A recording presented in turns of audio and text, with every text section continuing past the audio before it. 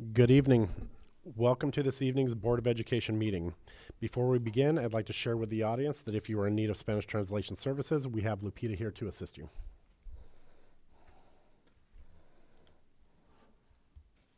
Good evening, buenas tardes. Si alguien necesita servicios de interpretación al español, hágame saber, aquí estoy disponible. Thank you, Lupita. On behalf of the board, we'd like to share a reminder regarding the process for public comments during board meetings. For each agendized action, discussion, or information-only item, the board will hear from staff, provide an opportunity for public comment, then hold a board discussion and vote if necessary. Public comment on non-agendized items will be heard during item 6, and public comment on closed session items will be heard during item 9 before the board adjourns into closed session. Public comments is an opportunity for members of the public to comment on items on the board's agenda or otherwise within the board's jurisdiction. To help us organize public comment using the system, if you wish to provide public comment, please complete a speaker card located at the entrance to the meeting room and provide it to the executive assistant to Superintendent Michelle sitting over here. Speaker cards for public comment will be accepted prior to calling for the public comment portion of an agenda item. I call this meeting to order at 5:31 p.m. and would like to establish a quorum by roll call vote. Board President Jason Remenzi, Yes. Board Clerk Jake Odello, Yes. Board Member Sarah Hines, Yes. Board Member Matt Glazer, Yes. Board Member Rita Patel. Yes. May I receive a motion to adopt the agenda? I actually have a question. I just want to confirm something because I know we went back and forth with our emails. With informational items D, I just want to make sure I'm able to ask questions. I know it's not for, Yes, we are Okay. clarifying questions on information-only items, just not robust discussions because we didn't agendize it as a discussion. So if there was a community member that had a strong opinion about it, they would just assume that it was being presented and not that we were going to go back and forth and make any type of decision tonight. So if yeah, that no helps you frame decisions, it. but I Yep, clarifying questions. okay, Yep, thank you. thank you. May I receive a motion to adopt the agenda? So moved. Second. Board President Jason Remenzi, Yes. Board Clerk Jake Odello, Yes. Board Member Sarah Hines, Yes. Board Member Matt Glazer, Yes. Board Member Rita Patel. Yes. I notify the audience that the open session will be audio taped, broadcast, and recorded for the district's YouTube channel. And Jake, will you please lead us in the Pledge of Allegiance?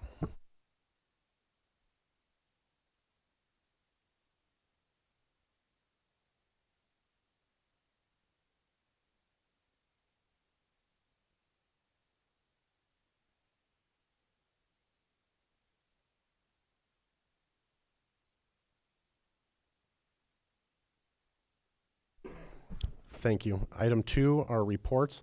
These are routine status updates regarding campus activities, meeting schedules, and recent developments from our student board representative and our unions, the ACT and CSEA, and our superintendent. We'll start with our student representative, Juliet Norman. Thank you. I'd like to start by acknowledging the district's accomplishment in completing the second parking lot at the high school, which is very exciting news for students, teachers, and parents. Fall sports had an exciting postseason at the high school.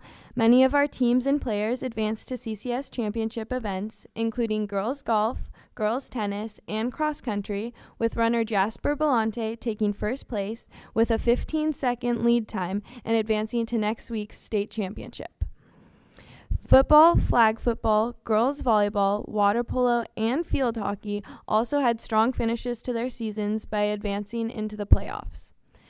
Middle school girls volleyball and cross country advanced to their league championships, and the CMS boys soccer team won their championship match. We are now looking forward to the winter sports season. At the middle school, basketball tryouts are going on this week, and at the high school, the soccer, basketball, and wrestling seasons are underway, with some games and matches starting this week. Come out and cheer. The players love your support.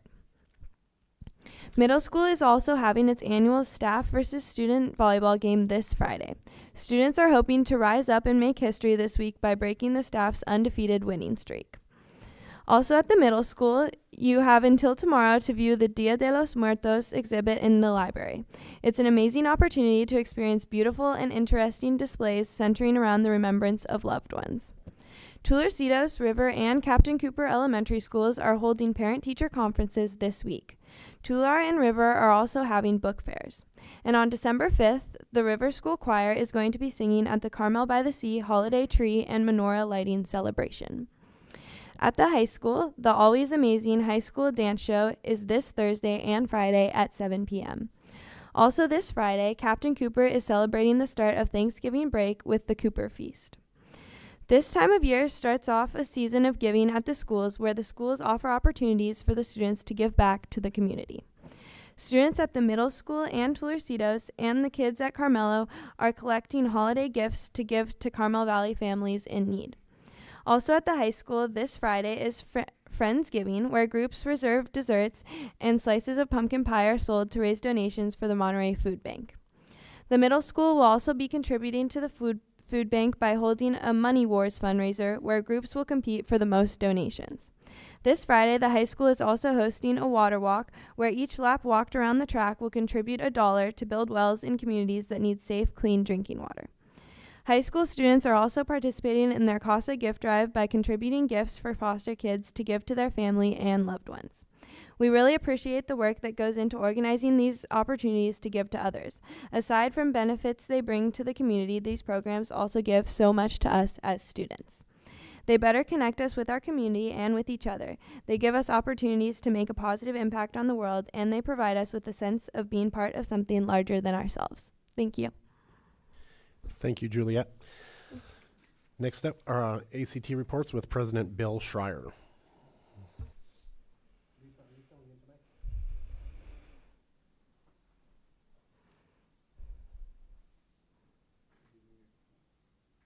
You'd think after about 14 years I know how to use this thing.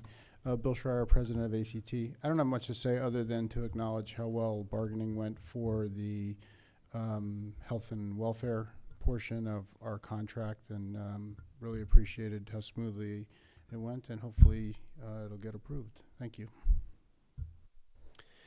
Thank you, Bill. Next up, we have former President Lisa Brazil filling in for the CSEA President Anna Medina.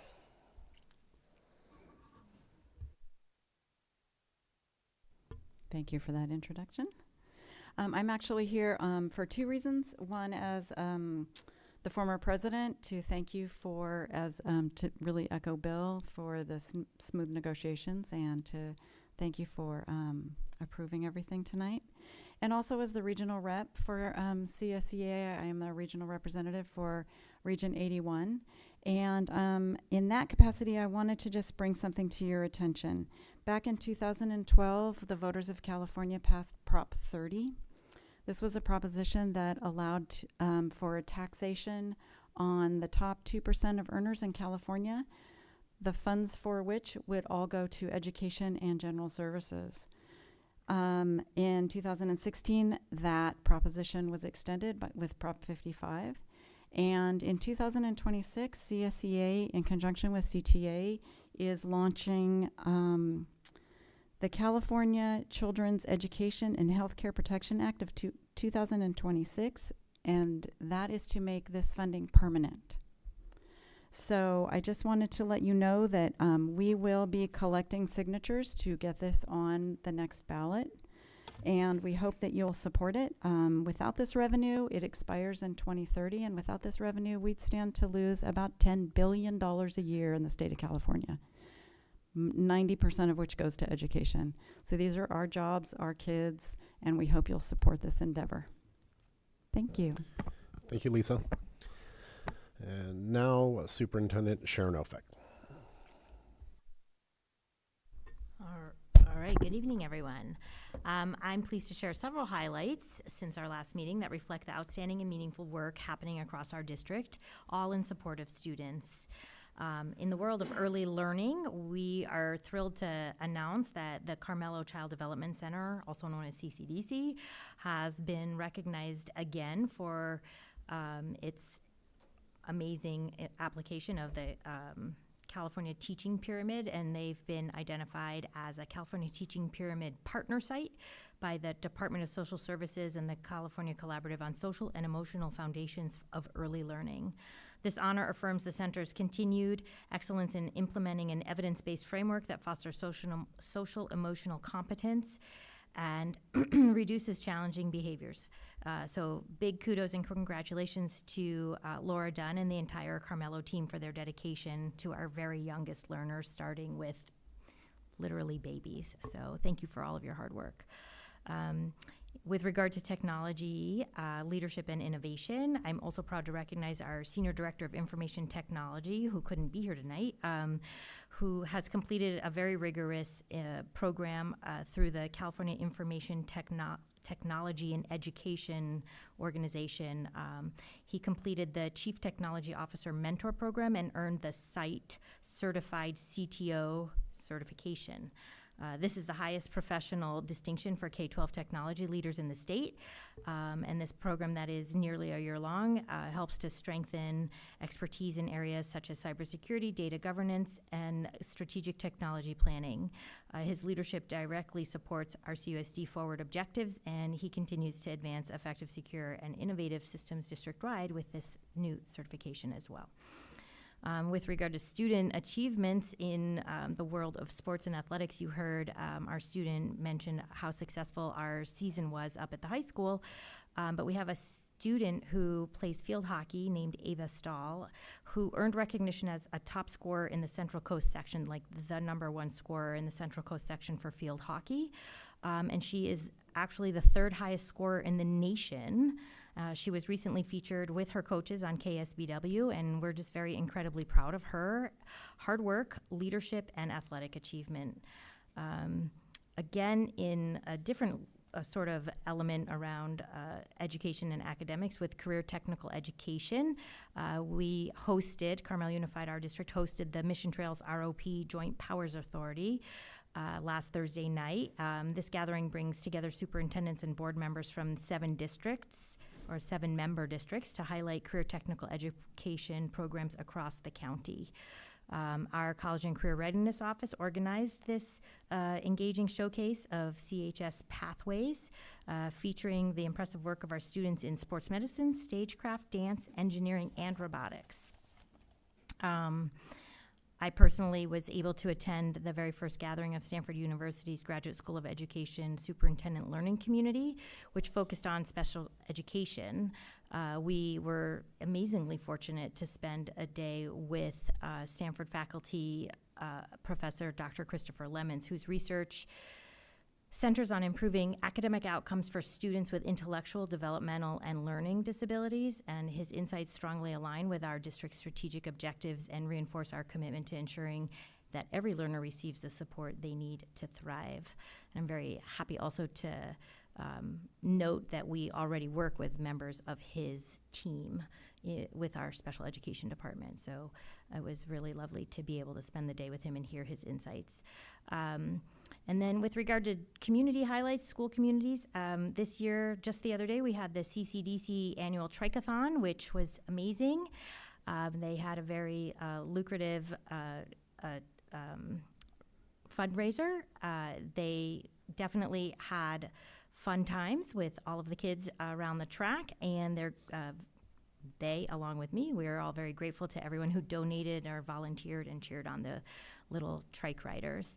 And then finally, but certainly not least of all, very impressive and meaningful cultural learning took place at Tularcitos in honor of Dia de los Muertos. Students created a school-wide ofrenda, learned about influential Hispanic leaders in Spanish classes, and participated in an assembly featuring Grupo, I can never say this correctly, but Tonantzin from Cachagua. And I just want to extend a special thank you to the Tularcitos ELAC parent group, which is a group of parents comprised of our second language learners who often find it challenging to contribute because they themselves also have some language barriers. So I'm very grateful to them for working with our Tularcitos community to share their current traditions, their dances, their traditions, and all of their celebrations. Many of the members of the group that performed are also either current or former students and families at Tularcitos and in our middle school and high school. So we're very grateful to them for helping us to expand the knowledge and understanding of these celebrations within our community. So we're grateful for all the amazing experiences that we are able to provide, and it's been quite a few weeks, busy few weeks. Thank you, Sharon. On to agenda item 3, our consent calendar. The board may bundle a number of items and act upon them together in one motion through the use of a consent calendar. Consent agenda items are routine items deemed to be non-controversial for which board discussion is not anticipated and for which the superintendent recommends approval. There will be no discussion of these items prior to the vote unless any members of the board request specific items to be removed for discussion. The board did not receive any requests for public comment on the consent calendar, so may I receive a motion to approve the consent calendar? I move to approve the consent calendar as presented. Second. Board President Jason Remenzi, Yes. Board Clerk Jake Odello, Yes. Board Member Sarah Hines. Yes.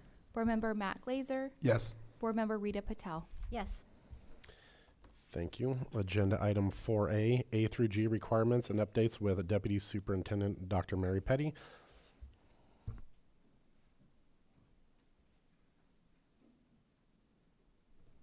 Good evening. CUSD board members, thank you for having me. Superintendent Ofek. I am super excited to share with you this evening that we have a team of people here tonight to present all things A through G. I would say one of my passions and interests in this position of mine is to partner up with our school site staff, the people who have their boots on the ground. And so this is one first of many presentations coming to you from a team that have their boots on the ground at Carmel High School and Carmel Valley High School. So without further ado, I'd like to introduce the team that's going to be presenting tonight. So we first have Dr. Yvonne Glenn, who's our College and Career Ready Director here at the district office. We also have our principal, Mr. Tom Perry from Carmel Valley High School. We have our principal from Carmel High School, Miss Libby Duthman. And last but certainly not least, we have our counseling team. You guys can start coming up. We have Mr. Darren Johnston and Mr. Jeff Rogers. All things A through G. Well, yeah, it's a privilege to be here tonight. We just really wanted to kind of update you guys on A through G. If we could go to the next slide. You have that. Oh, There's a remote on there. Just make sure the switch is on. okay, so I'm just going to, this is kind of basic information, but I'm going to review this information. A through G requirements. These are high school courses required for admission to the California State, CSU, and the University of California, UC. And you can see some minimum GPAs up there. Kind of gives you an idea of what it takes to just qualify. So there's Can you speak into the microphone? yeah, there's Thanks. some also other GPAs, like if they want to get to maybe UCLA or Berkeley, it's going to be a lot higher, like more of a 4 or 5. And so California requirements for UCs and the Cal States are really high. Therefore, a lot of our students, as they complete these A through G requirements, they also are prepared to apply to colleges and universities across the country. So the 7 subject areas, they're categorized to A through G. It's a California term. A for history, B for English, D for science, and then you can see so on and so forth. Darren? So what, excuse me. So what you see here is a more detailed breakdown of the A through G requirements. This is actually pulled directly from the presentation we give to our students, actually twice a year. Once in the fall, when we're kind of doing our introductory push in to each grade level, and then again in January when we do the pre-reg when they're selecting courses for the following year. And we actually start this in as early as 8th grade. So by the time students hit their senior year, like Juliet, students have seen this about 8 or 9 times. So what you'll see here is on the far right, you'll see a breakdown of the 4-year college A through G requirements based on the minimum, you can see, the minimum requirements and then the recommended level. So the minimum is, of course, the essentials, like the bare minimum they need to do to even be eligible, while the recommended is what the CSUs and UCs recommend to be more competitive. So when students are looking at more selective campuses like San Diego State or Cal Poly, San Luis, Cal Poly Pomona, and all the UCs, we recommend students complete that, of course, recommended level. And in fact, most of our students end up completing the recommended level or even beyond. You can also see, if you compare the recommended level and the minimum level for your requirements to our Carmel High grad requirements on the left there, you can see for the most part, the Carmel High graduation requirements align pretty well with the UC and CSU eligibility requirements. In fact, the Carmel High grad requirements at least typically match the recommended or even surpass it in several categories. But the key difference is the minimum requirement, right? So to satisfy the Carmel High grad requirements, students need to earn a D- or higher in each of the grad requirements, whereas to satisfy the A through G requirements, they have to earn a C- or higher. And if we're looking at like the biggest obstacle to students completing A through G, it tends to be that right there, the students earning the required C- or higher, typically in English and math is what we see. Oh, we're not doing questions, sorry. What are the benefits of A through G? This is kind of exciting. There's a lot of benefits for students completing A through G. One is college eligibility, which we talked about. And so it's required by the UCs and the Cal States, but it really is a big factor in admissions. So when our students complete this, they're college and career ready. And that's what we want to see in our students. It's that foundation so they can succeed in college. It expands opportunity after high school. So a lot of times you think, well, A through G is just for the student going straight to a four-year. Not necessarily, because it's really keeping that foundation so students can expand those options. I think it was about 4 years ago, I had a student, she completed all the A through G requirements, took AP classes, applied to college, but didn't get into the college that she wanted to. So she said, Mr. Rogers, I'm gonna go to MPC. And then I found out later, she went to MPC because she did A through G and AP courses. She completed MPC in 1 year and transferred to UC Davis. Success. And so we really encourage all of our students to complete A through G because it creates a foundation for maybe a decision they want to make later on. In addition, academic and career readiness. It creates a foundation for those students so they can go right into the world of work and really be prepared for a workforce. So some students might want to go into work. They have this foundation of A through G courses. They're more prepared maybe to get in a career ladder and start doing certifications outside of that job that they have. Lastly, I would just say A through G, it really opens up access and it's equitable for all students. We encourage all students to do A through G classes and really get familiar with A through G classes and dual enrollment classes so they're more prepared to launch into that next step. So here's a bunch of post-secondary data on where Carmel High students are both applying and matriculating. So when we're talking about the significance of students completing the A through G requirements, you can tell kind of in the middle there, the percentage of our students applying to 4 years remains pretty consistently high, hovering anywhere between 73 and 80%, which kind of remains historically pretty consistent. You can also tell by looking at the top column, the percentage of Carmel High seniors who are applying to the UCs and CSUs. They tend to remain pretty popular option, with most of our students, well, 50 to 58%, applying to at least one UC or CSU campus, typically far more than that. The other thing, speaking with regards to what Jeff was saying about the benefits of developing the core skills, we have roughly 30% of our students, if you see at the bottom, the two students who are starting their education at community college, typically MPC.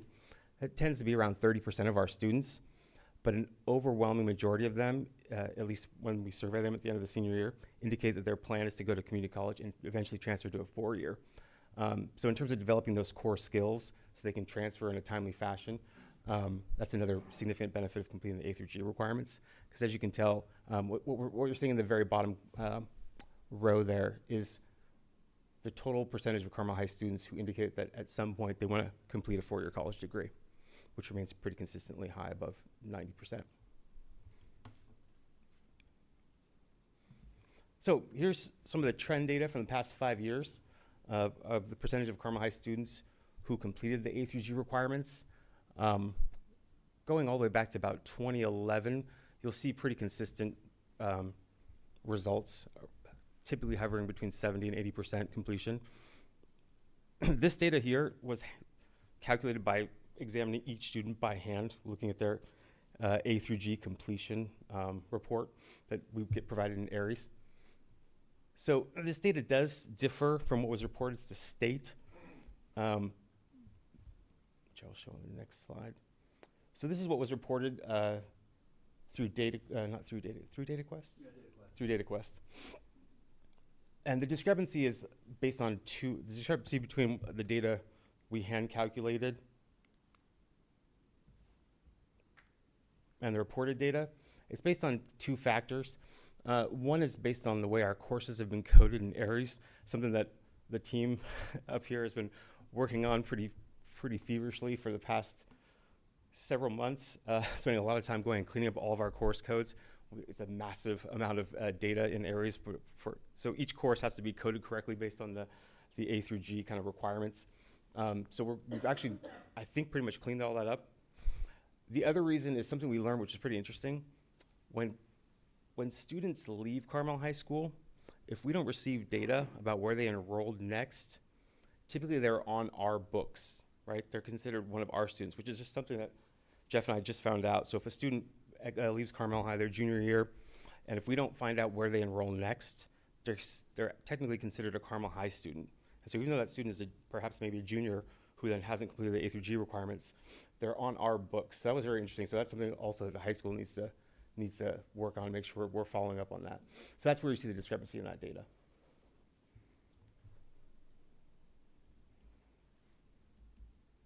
Oh, it's you, Tom.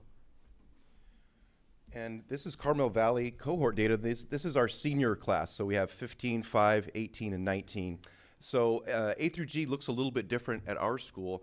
Our main focus is to make sure that a student has the opportunity to earn a diploma, and but within that system that we've created, we have a couple of intake meetings, and within that intake meeting, if a student decides that they do want to get back on track and or become or remain A through G eligible, we have systems in place. Most of our classes are already A through G approved. And we have a lot of our students the majority of our students are actually taking the MPC English 1000 class, which has been very helpful. And we've just got approved to teach horticulture, which will also help us A through G horticulture through MPC.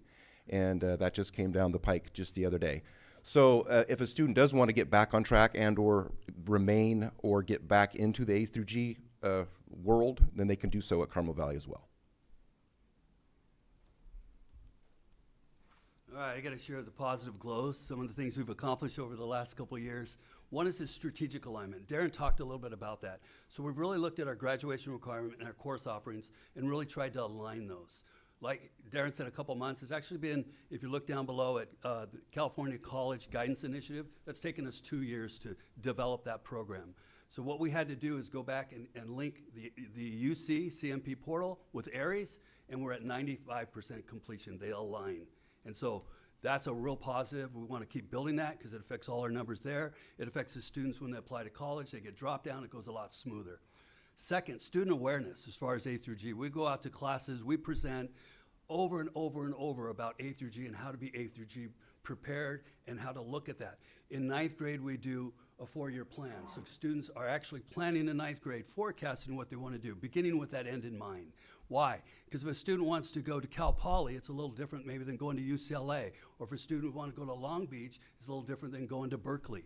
And so if you want to go to Berkeley, you need a 4.6. Well, how do you get a 4.6? You got to take certain classes. You got to get have AP classes. We want them aware of that. We're not pushing kids to one school or another. We just want them to develop a plan from the beginning, and they adjust it as they go. So really good thing that we go out and do that, and we monitor that, and we talk to them about it, and we expose them to multiple things, not just A through G, but career pathways and dual enrollment.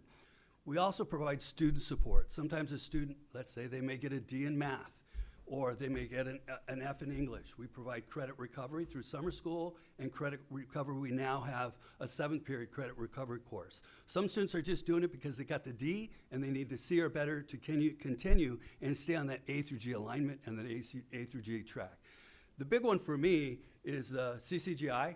We've developed CCGI. It's a college and career readiness platform. It's a one-stop shop for students, parents, counselors to really do everything UC, Cal State. It aligns the applications. It integrates the transcript with CCGI and the application, so it goes a lot quicker for students, a lot easier for students. It allows us to really focus on careers, which we wanted to do a better job of. And so in 9th grade, we do a Myers-Briggs type. In 10th grade, we do a Holland Code. And when we do the career assessment, we don't stop there. We go ahead and then have them do career research and link that to different careers and majors, and they can do all that in one place so students, parents, counselors can all see how they're doing and how they're progressing. And so as of today, students can see our parents can see their students' account through the students' account. But in the next couple of days, we're actually going to open up a parent portal so parents can go in and see the work that we're accomplishing in CCGI. Lastly, I would just say about CCGI, it offers a really great tracking tool for A through G, highlights it in color, kids can see that they're A through G, it's really helpful. And then I would just say with CTE and dual enrollment, so dual enrollment comes up. We have like 9 different dual enrollment classes. Dual enrollments are not A through G courses. However, they're college courses. However, they do meet A through G requirements. So if a student takes UC, let's say they take History 17, that's going to count for that A requirement as a college class, but it's not in the A through G portal. It's just good information.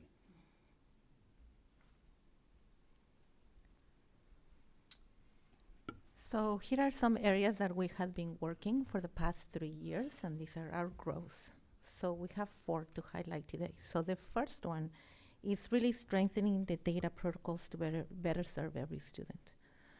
So over the past 3 years, the team has partnered very close with the IT department and Carmel High School leadership, including our counseling team, to continuously improve our data systems.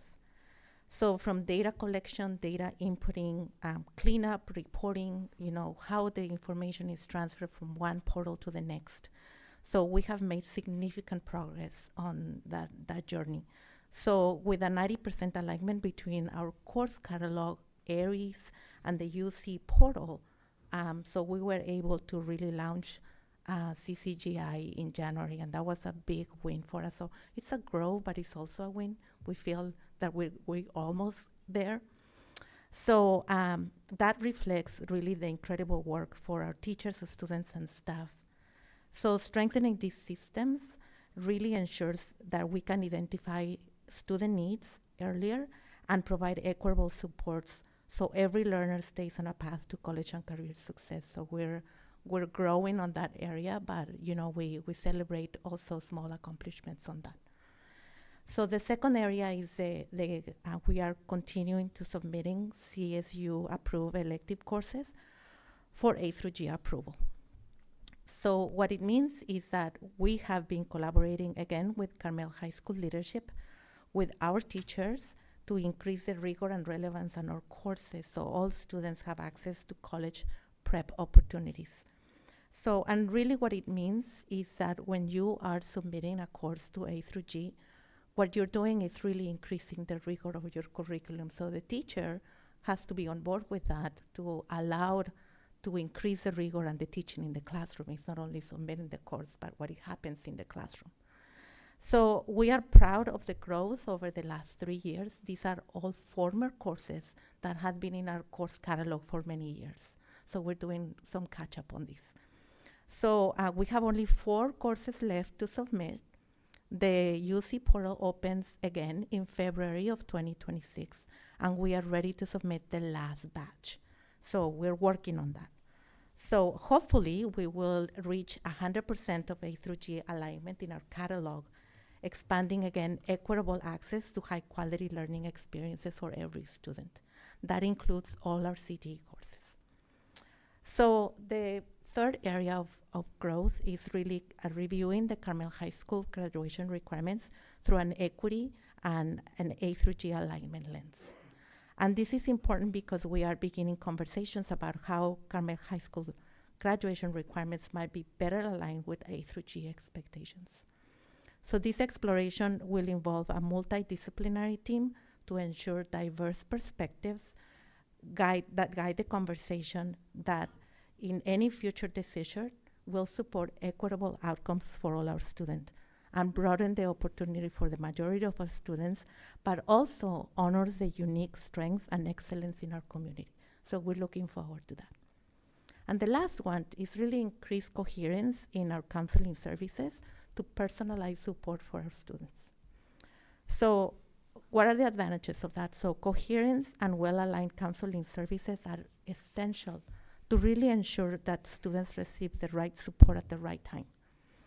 So with the recent addition of a specialized counselors in our team, we have our first generation counselor, and we work with Monterey Peninsula College through our grant, the Golden State Pathways grant.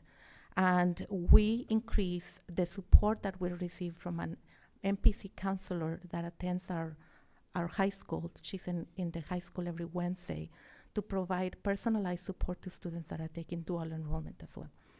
So we're really committed to strengthen the coordination, reducing duplication, and offering a more personalized and culturally responsive approach to counseling. So this work directly supports our strategic plan and helps ensure that every student, regardless of the background and socioeconomic status, has a clear and supported pathway to college and career readiness. So we're looking forward to the work.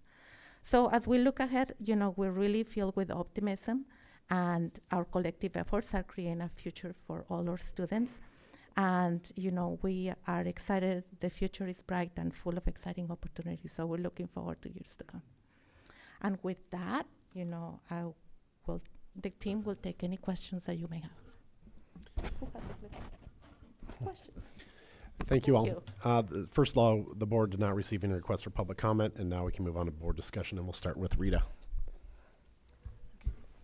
Thank you for the presentation. It was good to get an update from your department.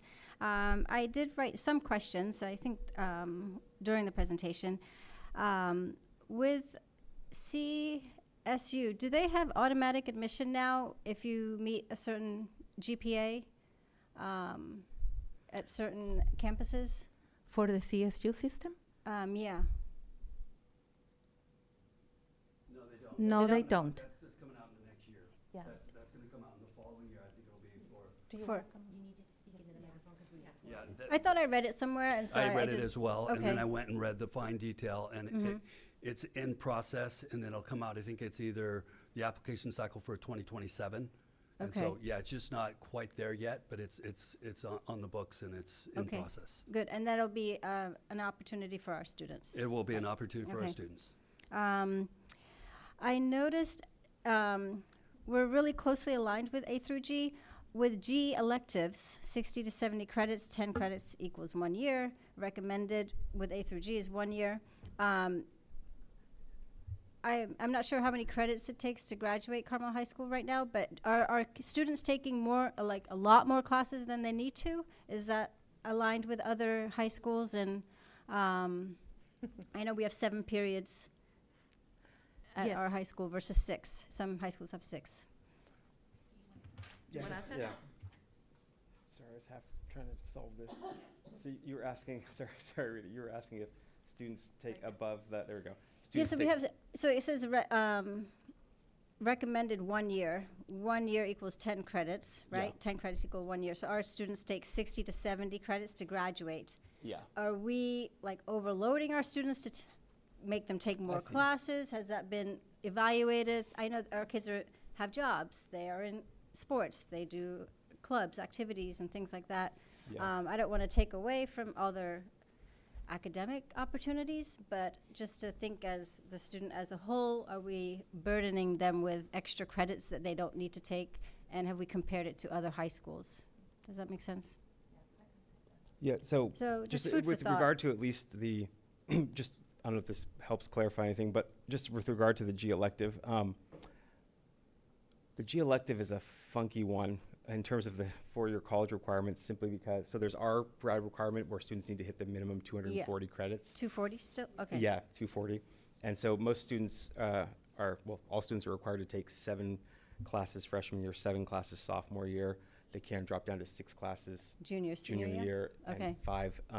So just if they were to earn full credit for all their classes, that would be 250, 140. Yeah, did I do that right? Okay. Each class is 10 credits, so 70 and 70, 140, plus 6 their junior year, Yeah. another 60, and then another 50 their senior year. But in terms of the electives, so anytime a student, the elective and the G requirement for the A through G, anytime a student fulfills the minimum requirement for the four-year college Mm-hmm. A through G requirements, that will then bounce down and satisfy the G elective, right? So for example, if a student were to take a third-year Okay. science class, Yeah. that third-year science would actually count as a G elective and a Okay. third-year Yeah, so science. it's two birds with one stone. Yeah. Graduation elective. Okay. Correct. So, so our students are, even though we have, say, we require 60 to 70 credits of elective, Yeah. anytime our students go above and beyond for the grad requirements, that goes down automatically to the elective, and same with the four-year college requirements, right? Anytime they do above and beyond the minimum, that bounces down to an elective. Does that make that Okay. clearly? Sorry. What we call them is their academic electives, because a student may end up taking stats or calculus. That's going down to elective because they've already met the Oh, math got it. requirement. Okay. So that's just an academic elective. Kids get confused. I've had kids come in and say, Yeah. but that's a math. No, it's an Mhm. elective because you've already met the math requirement. Okay. Yeah, same with language, if they do Spanish 3 or 4. Yeah, 3 or 4. Yeah. Yeah. You haven't got to hear from me yet, so Yeah. I will weigh in. We also have 2 years of PE, that's a state graduation requirement, Mhm. and then we also do a semester of health. So some of Yeah. the credits, as they And were talking computer about, these are science. the Yeah. academic ones. So that's a Okay. little bit of a difference. Okay. All right, let's see. The post-secondary data. This is just for our public school system in California, right? It doesn't include private schools. The applied to four-year does, yeah. The applied to four-year includes all applications. All sorry. applications. Yeah, so the middle kind of rows. Okay, yeah. That includes out-of-state publics and private schools. Okay, so that's why the numbers didn't add up. Yeah, for yeah, me. correct, Okay, got it. correct. My math was kind of funky there. All right, so that does. Fixing the codes. You mentioned fixing the codes. Will that close the gap between the two slides? Yeah, yeah, Along with the, okay. yeah, along with cleaning up, yeah. So the one thing in looking at the data and the kind of the discrepancies that we didn't even anticipate was the cohort data, right? So your denominator when you're looking at the A through G completion rate, right? So for example, the counselors believe there was 191 students in the class of, I believe, 2024. But what was being reported was 14 or 15 students higher, and we couldn't figure out what the discrepancy was. And so we were just kind of learning, working with the tech, the district office and the tech department, figuring out how those cohort sizes are calculated. And then also, cleaning up the codes. Okay. It's very complex because there's a lot of variables when you're in the code. For example, like we were saying, how a class can count multiple ways, right? Yeah. How once a class needs to count as a history class, but then once it completes that requirement, it can also count as an elective. So you have to code the class twice, as a history and as a G elective. Then math classes and language classes have to have validation, right? Which Okay. means if a student passes second semester of a math class with a C or higher, that will validate earning a D. So then it has to override the fact that that student wasn't technically A through G because they earned a D, but certain classes have validation, and each math class validates other math classes, and not all upper level math classes validate all lower. So it's very kind of Okay. tedious, right? Like Tetris. Yeah, So if I can correct. just jump in here and say, like, the coding that they're talking about is when the course is entered into the student information system, it has data attached to it so that when we run reports, it has the correct information. And what we learned 3 years ago now is that through a series of questions is that not all of the courses were necessarily coded properly. So we've been working on updating the coding and making, like, literally going course by course and making sure it's coded properly. The students won't feel a difference in their experience or anything, but our data will be more accurate when it is sent off to the state. The state. Because as you heard from Darren, it's, you don't Yeah. just click one box or Yeah. something. Yeah, and I just would like to add to that, yes, we had been working on that. And we are in the last two stages to ensure the closest alignment that we could possibly achieve within two sets of data that have different cohorts of students. So we might never be perfect because the data that we report to the state is cohort data, right? Okay. So all our students that started as a 9th grade, and then the outcome 4 years later. Yeah. The Carmel High School team counts only the current class of, right? So the seniors that are current at Carmel High. So if you look through the data and the last 3 years, we started with a 14% misalignment between both sets of data.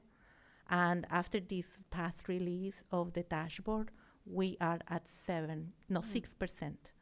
And we anticipate another 2 or 3% on alignment the following year. So we're Very getting good. there. Yeah, very good. Okay. Yeah, I would just add that the CCGI allows us to align the application data, and it's a double check because CCGI is always checking, hey, this course is off. You need to change the code to Okay. match the CMP portal. And so the application data, I think that's the one that's at 95% because we have someone constantly reminding us, hey, you're out of alignment here. We didn't have that before. How do you Yeah. find that little needle in a haystack? And so now we can immediately find that and correct it. Okay. You had mentioned something about when students go off to university college, we own them unless they tell us where they're going and things like that. Is that data collected from the clearinghouse or? Was that students that go to college or students So- that leave at like junior year? Yeah, so here's what I'll just chime in and say, unless you want to do that, but so when a student leaves Carmel Unified School District prior to graduation, if the student doesn't report where they're going, they're on Carmel Unified School District's and specifically Carmel High School's books, as you heard Yeah. them say. And so without having all that information, they get coded potentially as a dropout for us, even though Okay. they might be graduating from some other school somewhere else. Yeah. Or they just aren't included in our data. And then the data drops because it looks like they didn't meet all the requirements. So there's a number, again, if it were crisp and clean, it would be amazing. Yeah. But it is not, the state of California does not make it that No, easy of to course not. report. And again, you even heard the difference. There's like, you have to complete some requirements and other requirements are through a level. And I'll just use world language, which didn't come up. You can meet that requirement through a number of different methods, one of which is taking courses at the high school. Yeah. But there are many other ways that can validate that, which means how do we code that on the back end of our system so it gets reported properly? So you're asking it's very nuanced and very detailed. Yeah. Yeah, and for clarity, the cohort tracking students who are leaving, it's actually no one from Carmel High or Carmel Unified's responsibility. It's actually other districts not doing what they're supposed to be doing by giving us the enrollment data. Okay. So our registrar actually tries to hunt this down, Oh, God. but then we don't get we don't get a lot of follow through. Okay. But that's something that we were just made aware of, and that we're like, we're gonna try and figure out a system to Okay. hunt this information down. So they're no longer on our books, hurting Okay. our numbers. Two more questions, and I'm done for board members. I briefly heard about career assessments that we do for students. What years do we do them, and what assessments do we? Yeah. Because I So- didn't write them down. We kind of changed programs. So currently, where we are now, in 9th grade, we do a Holland Code. We kind of, from that, then when they complete that, they'll do research within CCGI. They'll also look at actually the careers that it's selected for them and look at the salary scale. We have a worksheet that they go through. And then they Okay. can go and look at the college majors and see how that all aligns. And so that's the one we do in 9th grade. Then we do a Myers-Briggs type. So you can Okay. kind of see their Myers-Briggs or personality type and how that personality rates to different careers and different college majors. We'll do that again in 11th grade, but then the research project will be different. So we'll do, because the Myers-Briggs goes a Yeah. lot deeper than the Holland Code. The Holland Code is Okay. pretty simplistic. What you're like for 9th grade is an introduction of who am I, Yeah. what are my interests, that kind of thing. Okay, 9th and 11th, okay. And then my Oh, and last. just to follow up, oh, sorry, yeah. and just to follow up on that, Jeff and Chloe Kincaid have done a fantastic job, just FYI, because we've had to change systems. We went from Naviance, I believe, Juliet, your Oh, freshman year, Naviance. to Major Clarity, I remember right? that. And then the new CCGI program. So each time we change like student database or student like research platforms, we had to like reinvent, right, all the sort of surveys, redevelop like a kind of a timeline and a game plan for how we're going to roll it out, kind of test its efficacy, right? Kind of see how well some of these or how accurate they are or how comprehensive they are. So it's kind of this. I'm actually impressed you can sustain all that over the changes. But yeah, so this is the CCGI one. This was the second semester we rolled it out. Second semester we rolled it out. Yeah, so Okay, we so just it started started in last spring. spring. Yeah, Okay. using it for the interest inventory. And Got the CCGI adds more because they actually do their college applications for the Cal States and the UC. They can upload through CCGI. Naviance was $10,000 to $12,000. The other program was about $5,000, and CCGI is state funded, and it's no cost. Okay. All right, my last question. Along with the A through G, I just wanted to just check in with, along with the courses to apply to college, there's also testing, PSAT, SAT, ACT. I know in the back in the day, we provided courses or prep classes and support systems for the students. So just wanted to check in with that since we're talking about. So yeah, what we're just asking about was back in a cohort of 2013, I believe it was, we offered a in-house test prep for students to do like a Princeton review on our on-site.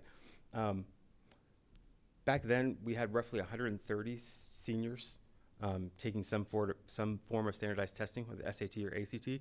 That number has actually dropped to about 16 to 18 seniors.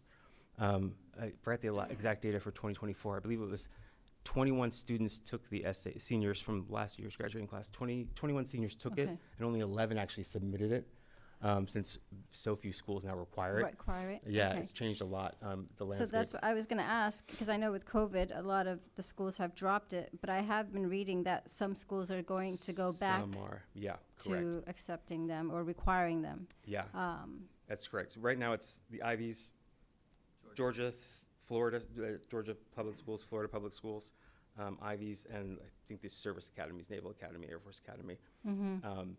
So until that gets more mainstream like requirement again, we're focusing students to focus on their extracurriculars instead. Since so few schools actually require it. Okay. Yeah, it's become a lot less of a significant factor too in like the admissions review, which has been interesting. But yeah, we'll see if how Okay. much that changes. Okay. But yeah, So just wanted to just have that on your radar. That's it. But thank you very much for answering all my questions and thoughtful presentation and all your hard work in supporting the students. Thank you. Matt, you're up next. Thanks. Great presentation. This drove a lot of clarity. I love the idea of rigor and relevance that you mentioned, Dr. Perez. That's inspiring, thoughtful, and insightful. I have one question, and it might be a bad question. I know they say no bad questions, but I'm going to ask it. We maintain a D- graduation requirement, but the four-year college requirement is C-. What would it be like from a policy or a perspective to bring that in alignment and have the graduation requirement be at a C-? And I apologize I didn't ask this question ahead of time, but it just came up again. It's an excellent question. Thank you. And it actually is something that we're actively debating and talking about in our small groups that we're doing the review of the graduation requirements. We started last year. I started with the counselors in just opening up the discussion of all the different things we need to look at. And we've progressed through our site leadership team. Most recently, Superintendent Ofek and Deputy Superintendent Ms. Petty, or Dr. Petty, we talked about it. Sorry. You're Dr. Petty. Anyway, so that was bad. Sorry. Yes. Anyway, we are actually talking about that because that is kind of like, well, this, how are we guaranteeing it? But we do know, and Darren Johnston is the one who's really helped me with data on this, that there's very few students that actually do graduate with a D- type of average or below a 2.0. So it's worth doing the work to consider it, but it is a small number of students that affects. Thank you. Yeah, it seems like as a matter of equity, it would want to be considered all sides of the conversation. So it's great to hear that it is being considered, that it's a small number of students, but then looking as we consider what our bar is and being consistent. So I really appreciate your answer. Thank you. Sarah?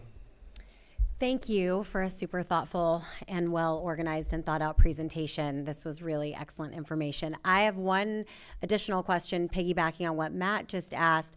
And again, maybe this question isn't very smart, but where it says minimum grade D- and C-, is that grade point average, or is that the grade in the specific class? Correct. Grade in the specific class. Yeah, correct. Got it. Okay. Thank you very much for that clarity. Jake? Thank you all so much for being here. I think this is a really important conversation to have, and I'm glad we're having this presentation today. And I appreciate the conversation around this. And so piggybacking off of Matt and Sarah, what they said is we talk about alignment between our graduation requirements and the A through G, right? So and I liked Matt's question and Sarah's too about what we can, upping that GPA or making that a little bit more rigor. But what does that mean for the classes? So does that mean, like, I see a discrepancy in the E section with language? We have a 1 year. There's a 2 year minimum for A through G. So if we were to really align, that means that there would be some class requirements that would change. And I think what I want to go back to what Dr. Glenn was saying is that if we are to align A through G, that brings up our rigor and it makes people both college ready, students college ready, as well as career ready. Because I want to just point out and I want to stress that as we go through this alignment process, which I am fully in support of, and I think we should do that, I don't want to lose students that may be not college bound, right? There are students out there that are potentially not college bound, but maybe more career bound. And just because of my view shed, I see a lot of that, right? And so I just want to hear from Dr. Glenn again on really what that career readiness means and how A through G can help that. Yes, so a really good question, trustee. So thank you for pointing out the discrepancy on the language component. So I just feel for Carmel Unified School District, it is a given that, and it's part of our culture that we acknowledge and celebrate multilingualism. And the reason for that is because we dedicate resources since elementary school for our students to be exposed to another language, right? So we value multilingualism, we value multiculturalism. So it might be, very doable for our students to continue that pathway of multilingualism, and not only for college and career, also for global citizenship and awareness of other cultures. So it might bring, multiple benefits for our community and our students to continue having those conversations of alignment for equitable reasons. Can I chime in? And Ms. Duthman, feel free to chime in as well, because I know you've done quite a bit of work with the staff, but also in looking at the differences between the California requirements of A through G and the CHS graduation requirements. But world language, everything is accurate in terms of what was stated. But I think, again, back to the details and potentially some concerns that we have to work through, which we are actually engaging in these conversations as well, are related to the nuances and details around what those 2 or 3 years are. So, for example, in math, it's 3 years, but there's a requirement, like you must complete geometry. you must complete through Algebra 2. There's level requirements. It's not just any 3 years of math. And in world language as well, right? It's 2 years, but it's Of the also same a language. proficiency level specific. It's not just, I took 2 years of, you can't take like Spanish 1 and then French 1 and complete your 2 years. You have to have a level proficiency. So again, and it's 2 years or some other form of expressing proficiency in that language. So there are nuances and details that are connected to that A through G set of requirements that don't currently exist in the CHS requirements in every category. But that's what is. And I think that's what you're asking about. Right, but that's what's bringing up the rigor, right? Correct. So, and that. In addition to making sure our courses are approved by UCOP, which is the organization for CSU UC system, they have to approve our courses. And so we would be meeting their minimum threshold, which does require a certain level of rigor. So, and I think that is what I'm getting at too. When we talk about alignment, we're getting these the classes and your level of proficiency is going to, if there's going to be a difference. Plus, we're asking somebody to go, instead of a D- minimum grade, it's going to be a C-. So there's going to be some changes there. And so because of that, I want to make sure, which I'm fully in support of, and I think everybody here, you guys are doing an excellent job in making sure that that's thought out well. But what I want to really drive home is that this A through G requirement, by doing that alignment, which is going to impact proficiency levels at the class area, and it's going to impact potentially your minimum grade that you need to graduate, that it both satisfies both college readiness and career readiness. Because and students can still, somebody wants to be career focused or whatever out of high school, they can still do that. If they want to be college ready and they want to go to college, they can do that. I just wanted to ask another question, clarifying question, is that in the assessment that you guys do for career or whatever, did you say that was junior year? No, it's 9th, 10th, and 11th. It's 9th, 10th, and 11th. We do it in all 3 grade levels. We do the assessment. The assignment will be appropriate for each grade level. The research assignment that we do will be connected. Got it. Thank you. Yeah, I just wanted to make sure, because I'm on a different career path than my 9th grade career path did, that I put on there. My 4-year plan said President of the United States, and this is as far as I got. So yeah, well, I'm not 35 yet, so we'll maybe there's still opportunity out there.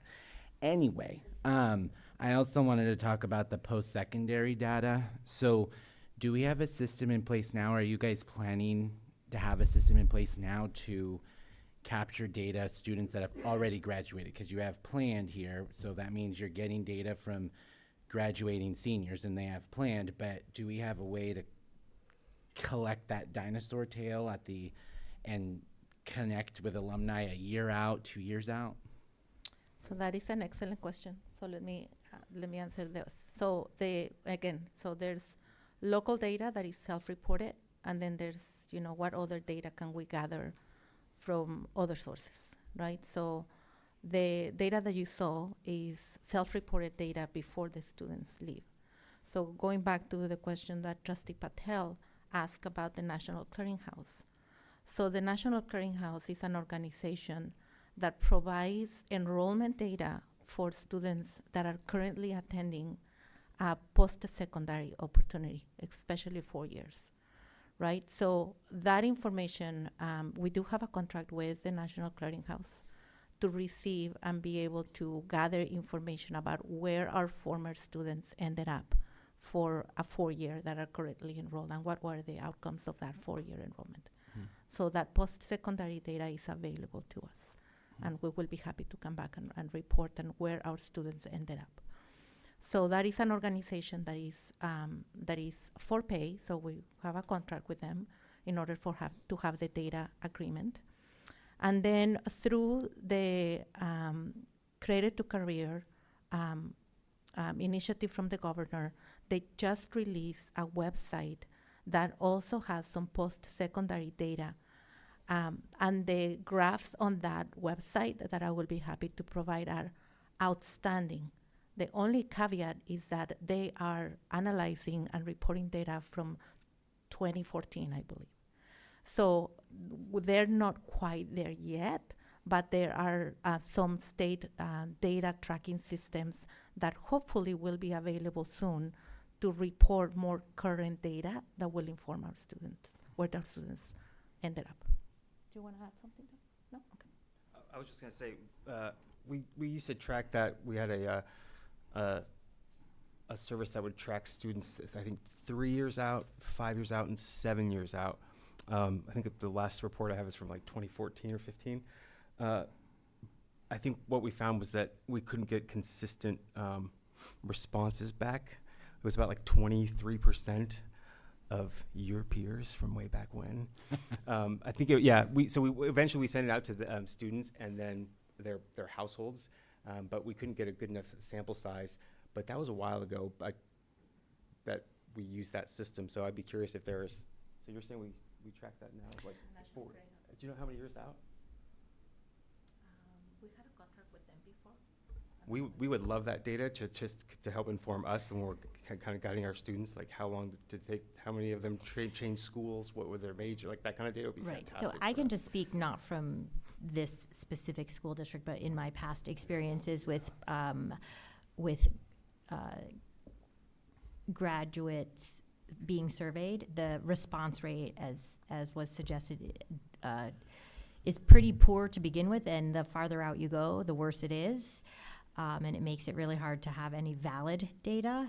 And then the National Clearinghouse certainly has data, but again, it just depends on how they track it. So sometimes it's excellent and amazing, and other times not so much.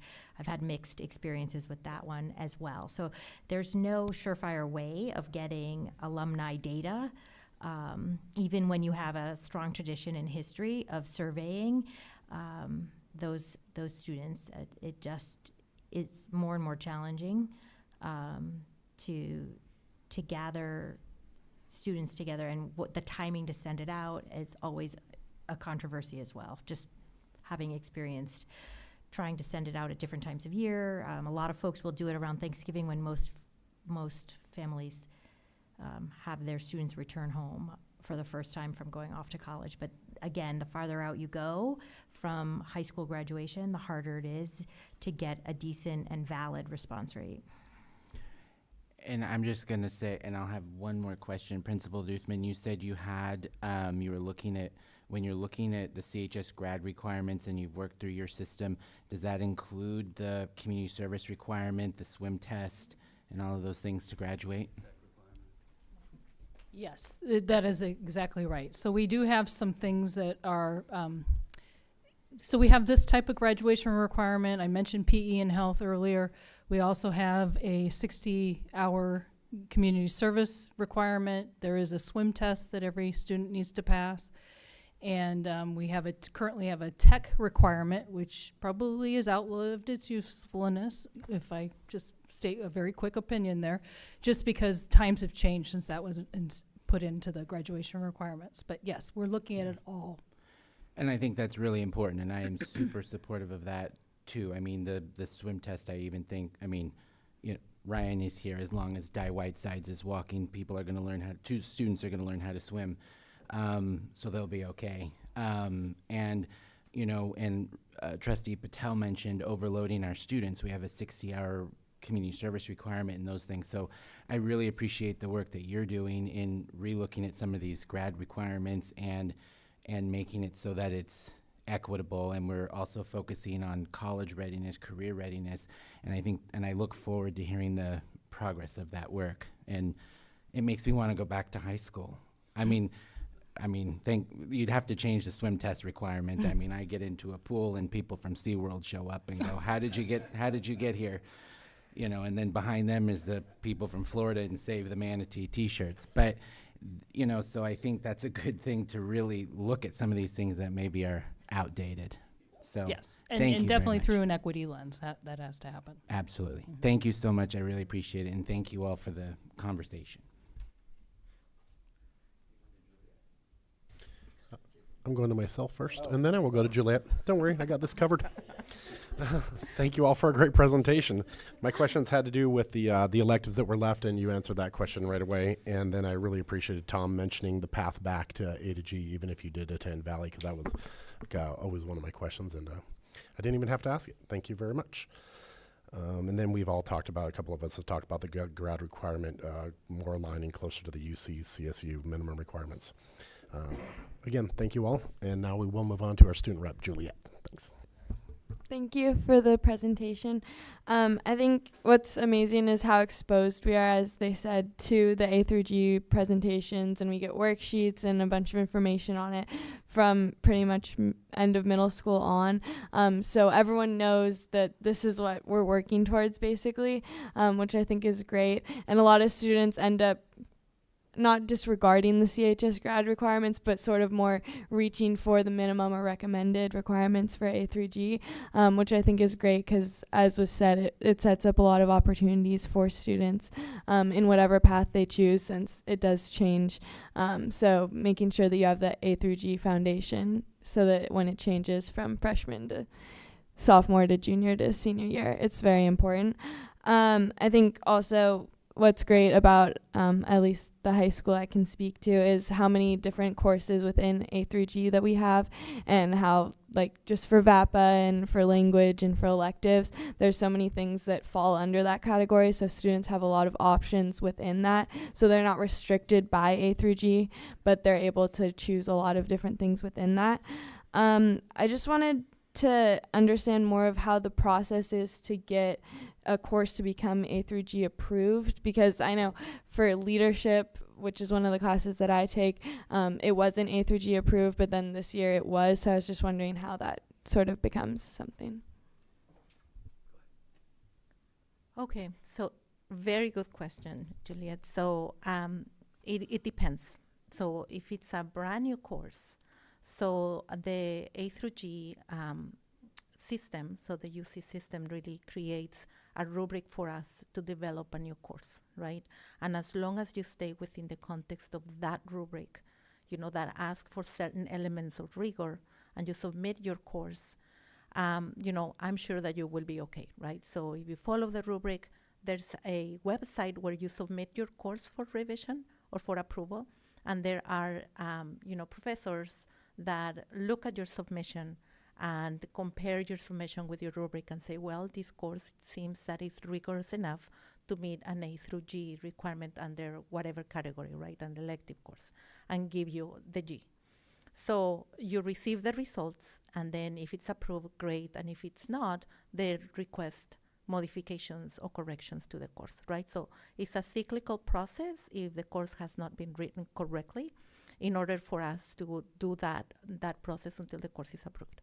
So at Carmel High School, Mr. Jeff Rogers is the head of the department for the counseling team, and he is, the owner of the portal. And then we support, the teachers with the rigorous approving of the course and writing the course. So if it's a course that already existed in our catalog and it needs to be submitted for approval, what we do is a comparison analysis first. So we have a course that has not been approved, and then we look at some courses that have been already approved that are similar to the one that we are looking to approve, and then we make the adjustments based on those two courses and the rubric in order for us to move the course from not approved to approved, and then we submit, right? And then once we submit, we wait for the results, and if the results are not satisfactory, we go back and do more alignment until we reach that threshold. That's kind of like the process. I think we need to add, there's a lot of teacher buy-in to create the course, because the teacher has to write the curriculum, they have to review the curriculum. I'm the owner of the submission of the course, and I review the course, but without the teacher buy-in, I can't get the course approved, because they're the ones that have to submit that. So we're doing, and implement it.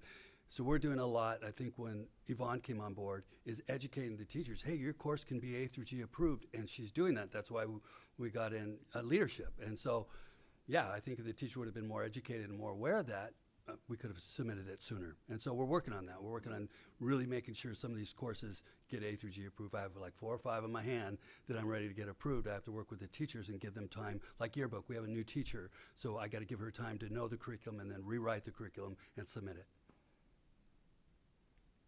Perfect. Thank you so much. Thank you all, and thank you, board. This was an information-only item, so there was no voting requirement. Next up, agenda item 4B, Nutrition Services Department Annual Report with the Director of Nutrition Services, Electris Sue Pansick.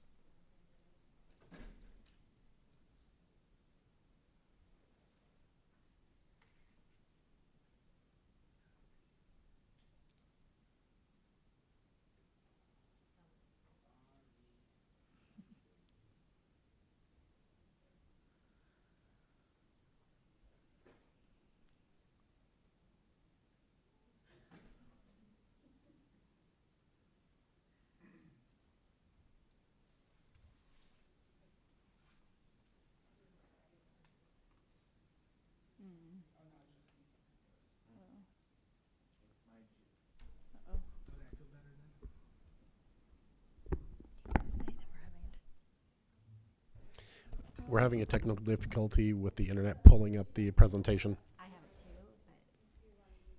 but we have to present it.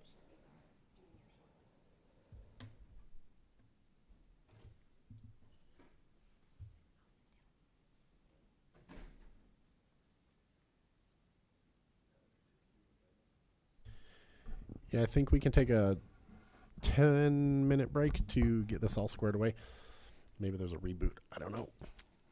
So can I have a motion to take a 10-minute recess? I'll make a motion for a 10-minute recess for a reboot. Second. Board President Jason Remenzi. Yes. Board Clerk Jake Odello. Yes. Board Member Sarah Hines. Yes. Board Member Matt Glazer. Yes. Board Member Rita Patel.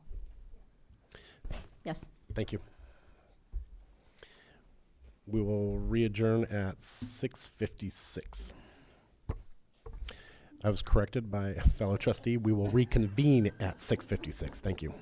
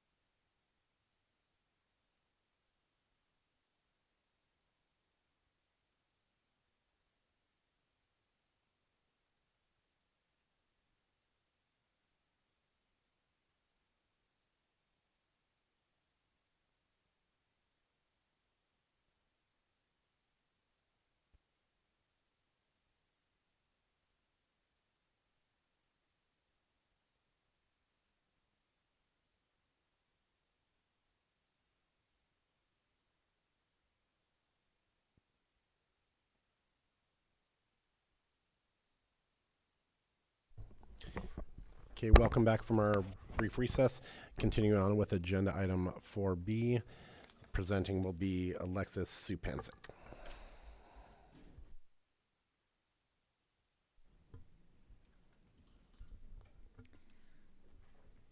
Good evening, and thank you for having me tonight. Tonight I'll be sharing an update on the Nutrition Services Department at Carmel Unified School District. And before we begin, I just want to point out that all the pictures in the presentation are of the food we serve here at Carmel Unified. So tonight I'll be going over 5 topics. I'll be giving an overview of the department, the regulation oversight we operate under, participation in meal counts, briefly go over our daily operations, department progress and goals, as well as the strategic plan. To start, I'd like to share an overview of the department, the many layers of oversight and review that come with operating a federal and state-funded program. At the federal level, we operate under the National School Lunch and School Breakfast Program, which is overseen by the USDA, and the USDA is who sets the nutrition standards for meals, as well as they define the eligibility for free and reduced meals, as well as reimbursement rates. At the state level, the CDE is who comes and does our administrative audits, which are done every 5 years, and we should be getting an audit this next year. So they come and make sure we're serving all the correct meals, I keep saying we're going to get it, so we've kind of slipped by, but next year we should be getting our administrative review. And then last year the local procurement review was done, which is every 8 years. And then at the local level, the health department does come to our cafeterias 1 to 2 times a year to make sure we're following all food safety regulations. A little bit about how we get reimbursed. So like I said, we do operate under the National School Lunch and School Breakfast Program. For every meal that we serve for breakfast, we get $3.46. And every year it goes up a little bit, about 10 to 12 cents for breakfast to account for inflation. Lunch this year we're getting $5.49, and that's a 20-cent increase from last year. And for all that money is supposed to cover our food, labor, and everything that goes into those meals. In 24-25, we got a federal reimbursement of $410,000. And then for California, we are required to offer 1 free breakfast and 1 free lunch to all students. So meals are free, but we still have to collect meal applications because that's not a federal program, it's only state. And we got a total of $1.25 million in state reimbursement last year. Moving into breakfast and lunch participation, we do serve 8 sites daily. Just to give a little snapshot, this year so far from August to October, our average daily participation is about 960 breakfasts and 947 lunches, which is about 43% of our enrollment. So we do about 1,900 total meals each day. We also offer after-school snack at Cooper and Kashawa, but it's not offered at all sites because they have to be 50% or more free or reduced to qualify for that program. And like I mentioned before, we still are collecting those meal applications. And right now, as a district, we're about 18.3% free and reduced, which is an increase about 1% from last year. And there's still, although the meals are free, there's still an incentive for the families to turn in those applications because they get free bus passes. They also can qualify for it used to be the pandemic EBT cards, now it's called Sunbucks. Also, the district can qualify for things as well. So the meal applications are still important, and so we try to encourage families to still turn those in. This slide shows the total meals served, breakfast and lunch, and I started with school year 2018-2019. That was prior to when meals were free, and then 19-20 when COVID happened and we were giving out meals so the families could take it home. And then now you can see from 2020 to 21 until last school year, the huge increase in total meals. And now we're kind of steady. This is our new normal. I don't see it going down. It'll fluctuate a little bit, but I think this is where we're at. So last year we did a total of 373,254 meals.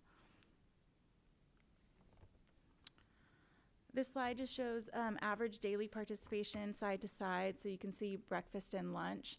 And then again, that huge increase from 2020-21 school year to 21-22. Breakfast is almost as high as lunch, and I'll talk about why that is later. We've made the most improvements to our breakfast menu so far, and then also it's accessible to all the students since it's after the bell. Quickly overview of operations. I know this is my third year I presented, so for most of you may know, we operate under a hybrid model, so central production of food, but also some on-site production at each site. Just depends on what our equipment facilities look like. The high school is our main hub. They produce the majority of our meals. So most of the food is produced out of there for CCDC, CVHS, Cooper, Cashel, we just do snack, and then they support Tular and River as well. But Tular and River do have small kitchens on site, so they can do some production there as well. And then middle school is pretty self-sufficient, but all of our deliveries, produce, frozen goods, paper goods are all at the high school, and our biggest, the majority of our staff is there as well. Department progress.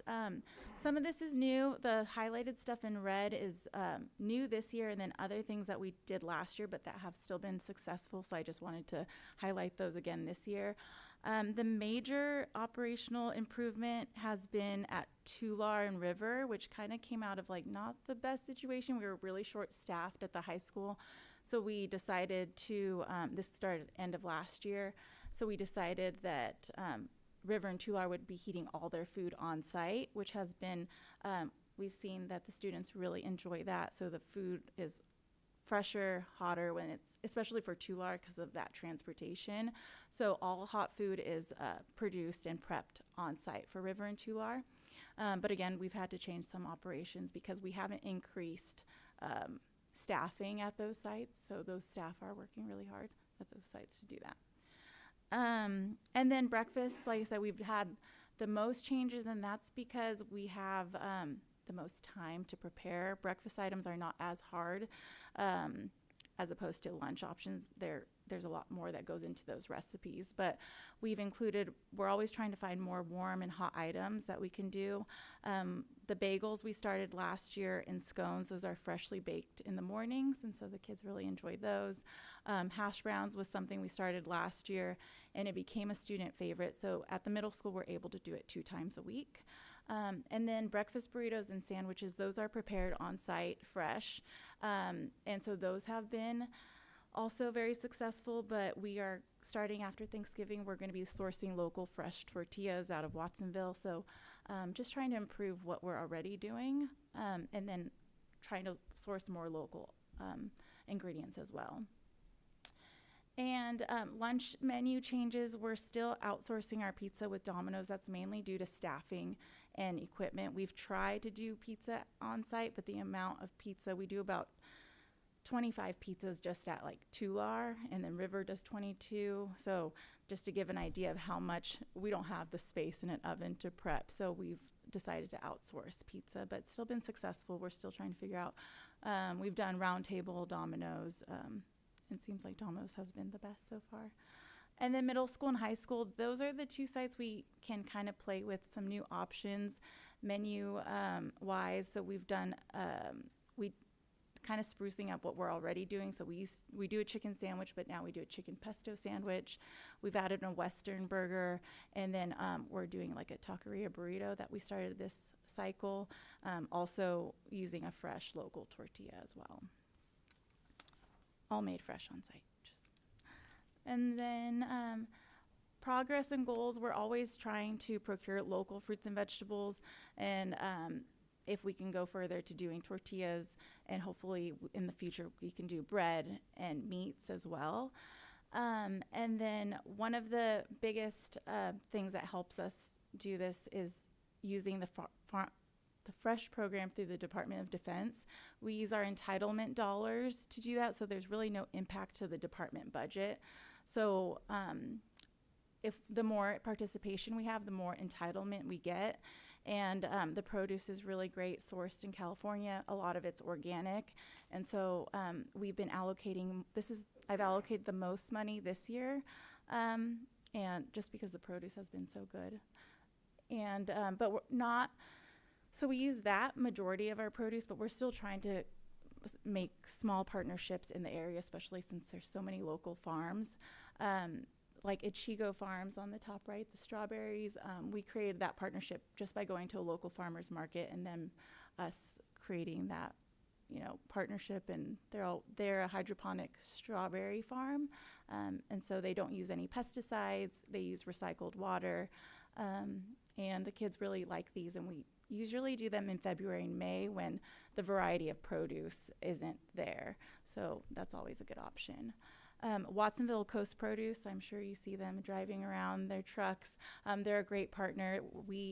They're also a big distributor, but they have a great farm to school program, and it makes it, for a small district like us, efficient because we get 1 or 2 to 3 deliveries a week, but it's coming from all the produce is coming from small local farms. And then, like I said, we hope to continue creating more partnerships. To help us with the improvement, especially with menu expansion and just streamlining service, we partnered with Brigade, which is a company that specializes in school nutrition, and they're a bunch of school nutrition chefs. So we had them come out last December to give us an outside perspective to see how we're running our department, where can we be more efficient, really how can we add more speed scratched items with the staff that we already have, as well as the training, because a lot of that comes down to training staff as well. So they did go look at, our central kitchen staffing needs, our facilities, and they will be coming out next month to do a kitchen skills training, and then they'll teach the staff one new recipe, which we'll put on the menu hopefully at the end of this year or next year. And so the district strategic plan calls for further developing healthy, fresh, and nutritious meal offerings that meet and exceed current state and federal guidelines, which is focus area 4, objective 4.7. This slide just reflects the section of the district strategic plan that applies directly to nutrition services. So we will be using, like usual, we always are looking at participation rates in breakfast and lunch, percentage of meals that meet or exceed state and federal nutritional guidelines. We will be looking at parent and student satisfaction, as well as percentage of locally sourced fresh produce and scratch or speed scratch cooked meals for breakfast and lunch. And then for this year, just to get the plan in motion, we will be conducting a full inventory of our current menu offerings, identifying how much of them are fresh and scratch cooked and processed. And then also we will be conducting a survey to see what currently student and parent satisfaction is, and then hopefully piloting at least one new fresh scratch cooked menu item per quarter at the central kitchen. And then we always are trying to find ways to kind of start some nutrition education and tie that wellness initiative together. And with that, I'm happy to open it up for questions. Thank you. Thank you, Alexis. And we did not receive any requests for public comment, so we'll start board discussion, starting with Matt. Thank you so much for that presentation. A couple questions. Well, actually kind of answered that, which is looking at student satisfaction and parent satisfaction. That's going to be rolled out, and that's directly tied to strategic planning. So actually you kind of answered that. Have you heard of Conscious Kitchen? I have not. Okay, when you talk about creating new partnerships, I would encourage you, not mandate or anything, but Conscious Kitchen is an incredible school food farm to school program that exists. Marin County just launched, and they are using Conscious Kitchen in all of their sites district-wide. Okay. It's really amazing given our relationships already with Watsonville Coast Produce and other local farms. I would encourage you to take a look at that and see if that's a possible partnership. And otherwise, I don't have any other questions. I mean, I look at Dan Paul kind of over your shoulder, and I'm like, what are the condition of your food facilities? And when we look at improvement and we start thinking about the facilities master plan, how big of a role will improved facilities be into achieving your objectives, your strategic goals? I think, well, every facility is very different, so it's hard to go into each one, but I think we have done small changes already.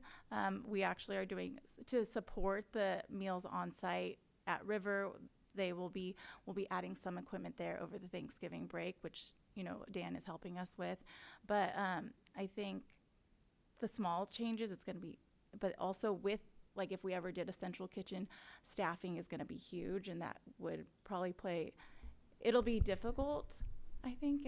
It's a whole big discussion, I think. Oh, if I can chime in, I'm just going to chime in and say that the original facilities master plan called for a new central kitchen in Carmel Unified.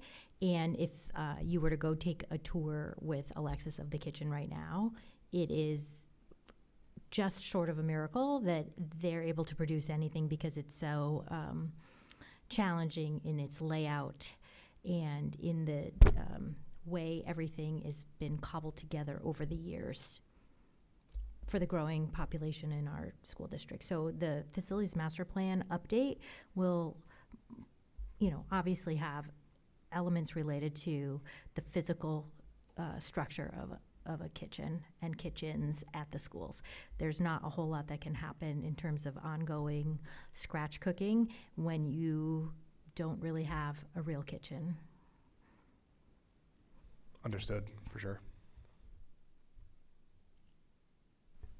Thanks for a great presentation. I always enjoy hearing from you. I just had one quick question. What happens with all the excess food, either at the end of the day at the school sites or at the end of the week, if there's, you know, different types of foods that maybe you haven't used or you can't, you know, because I think you have to use the food in a certain amount of time, if I remember that from one of your previous presentations, or I could be mistaken. But so I was just wondering what happens. Okay. So we do compost all of the food that can be, so our produce, especially stuff on the salad bar. Once that's been put out, we can't reuse that again, unless it's like a whole apple that's going to be rewashed. But shredded lettuce, you know, those kind of things have to be thrown away, but we compost them. We do our best to forecast, so we look at previous, you know, last year, the day before Thanksgiving, to see what, or the Friday before Thanksgiving break, to see how many students we did. So we do our best to do that, and we really don't have a whole lot of food waste, but when we do, I would say if the kids want seconds, especially at the high school, they're waiting to get another meal. And then if we have an excess amount of produce or anything left, we usually contact Dorothy's Place, or we use the food bank as well. But those are usually like right before the breaks that we'll do that. Mm-hmm. And Jake? Thank you. I appreciate the presentation. The only thing I wanted to highlight is I think we're in such a unique area. I think we can, you know, your partnerships with local farms and whatnot, I think it's important that you continue your work in recognition of the people that we're working with that are local. And I don't know how we do that, whether that's sharing, you know, because I think I think the community would be happy to hear, and our families would be happy to hear that we're sourcing produce right from our own backyard, and we're taking advantage of this unique area that we're in. And so I would really encourage, and I think that is important. I also want to piggyback off of Matt, and I fully support that satisfaction survey that you talk about, and how we make sure we can roll that out, because I do think, you know, I hear different things from students, and then I hear different things from parents. So I think that's really important to have a baseline between what students are thinking and then also what parents are thinking. And so I am fully support of that myself. And then the only other thing I would add is I would encourage you, and I don't know if it's help from board members or whatever, but I think we should keep the conversation going as to where we could partner. Trustee Glazier had an excellent suggestion, and I even think that there are local, even more local, like Carmel Valley local, that we could even somehow partner with. And so I don't know how we do that, but I hope we encourage those discussions. And I think that that's good. I don't want to volunteer Trustee Glazier, but just making sure we keep those conversations going, I think is important. And that's all I have. Thank you. Thank you, Alexis, and congratulations on all the progress you've made in the 3 years I've been on the board. It's definitely a different presentation than I saw the first year I was on. Everything looks great, and keep working hard. We can move on to Rita. Yes, thank you for the presentation, and thank you for your leadership in this department, because I've heard a lot of good feedback from the parents in the community regarding our lunch program. Just a couple of quick questions. On slide department progress and goals, increased participation equals increased entitlement. So do all students have access to the breakfast and the lunch program, and they're not required to fill out any paperwork? Yep, any student can come through. They can get one free breakfast, one free lunch, and for the most part, everybody has access. The breakfast is after the bell, and at Cooper, we do offer breakfast twice. So in the morning because they're getting there earlier, and then after the bell as well. Okay, and so I was looking at the slide on the agenda, because we're, I guess, is it our funding source? We're ending fund balances 142, beginning fund balance. So,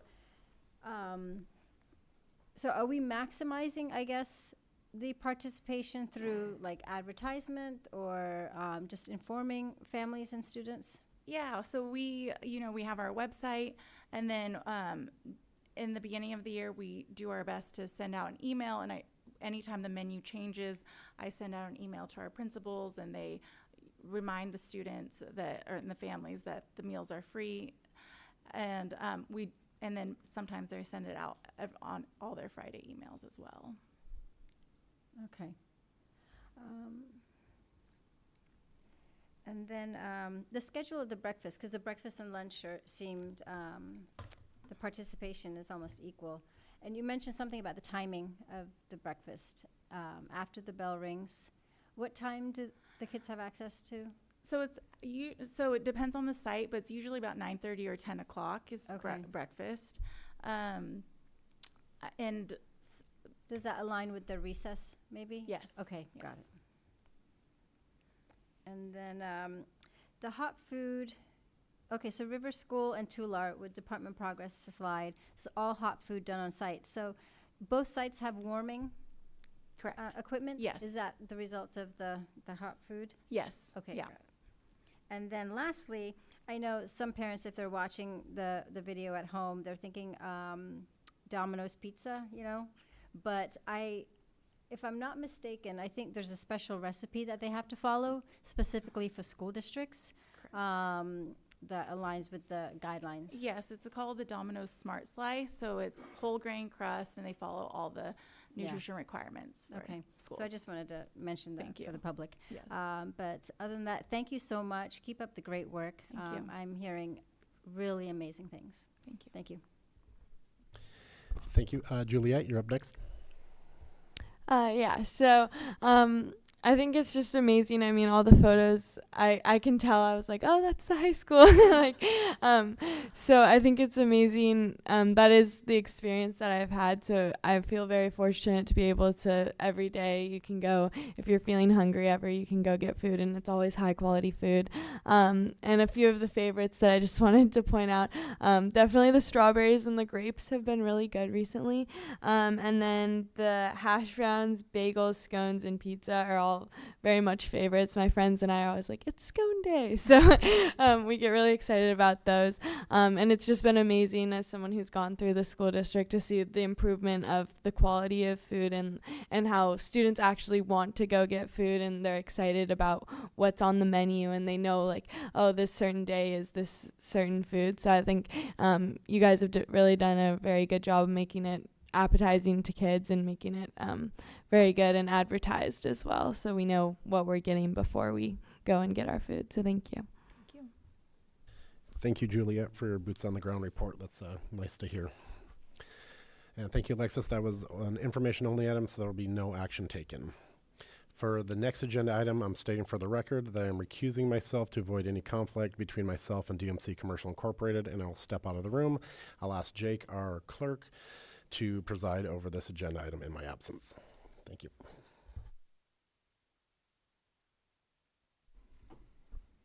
Thank you, Jason. We will now go to agenda item 4C, resolution number 25-19, bid award for the Carmel River School staff restroom expansion with Mr. Dan Paul. Hit it. This awards the bid for the project at River School, the addition of staff restrooms. As a reminder, this takes the site to alignment with other sites. Right now, they're 28-1 for restrooms to staff, and it'll take them to 14-1, which aligns to other sites. We had 13 contractors attend the pre-bid walkthrough. 3 submitted bids, and the low bid came within project budget, so we are in good shape. Thank you. I move to approve Resolution 2519, award the bid to DMC Commercial Incorporated as presented. I have a question. Yeah, sorry. Just really quick. I think I've asked it already in the past, but just So hold on. Do we have any public comment? So there's no public Sorry, comment. so there was a motion on the table, you need a second, and then you can discuss. So can I get a second? Second. Okay, so we have a Now motion. you can have discussion. We have a motion from Trustee Glazier and a second from Trustee Hines for motion to approve. So we'll go to discussion. Trustee Patel.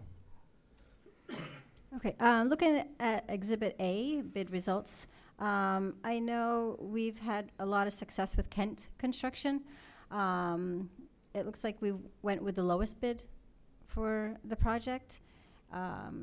So I guess I know we've had a lot of success with Kent Construction, so I wanted to know what went into the reason for choosing DMC. The public contract code requires us to select the low The bidder. lowest bid. The lowest responsive and responsible bidder, and DMC met all the requirements for responsive and responsible and low bidder. Okay. I pretty much wanted to ask that question for the public's knowledge. Thank you. Are there any- And thank you, Dan, because I think you have stated that for the public previously, so thanks for reiterating that. I think it's a good point to make, but I think, yeah, you've stated it well. Thank you.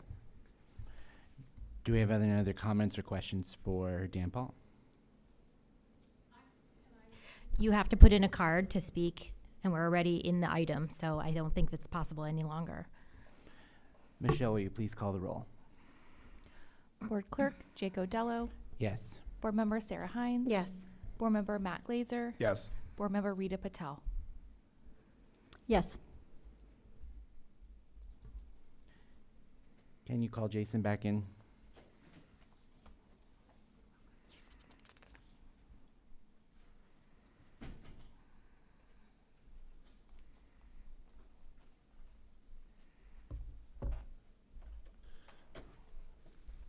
Thank you, Jake. Agenda item 4D, tentative agreement between the Association of Carmel Teachers and the Carmel Unified School District and associated AB 1200 document with Chief Human Resource Officer Craig Chavez. Good evening. So this particular item of the next several is in relation to recent negotiations with our bargaining units around district's health and welfare premiums and the contribution on behalf of our employees. We did receive earlier in the fall an increase of 15% approximately for each of the plans. And so we did meet with our bargaining unit partners on separate days.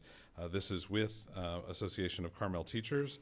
As you can see there, the items in terms of the contribution for employee only, employee plus one, and full family are reflected as the new rates that are reached in this agreement.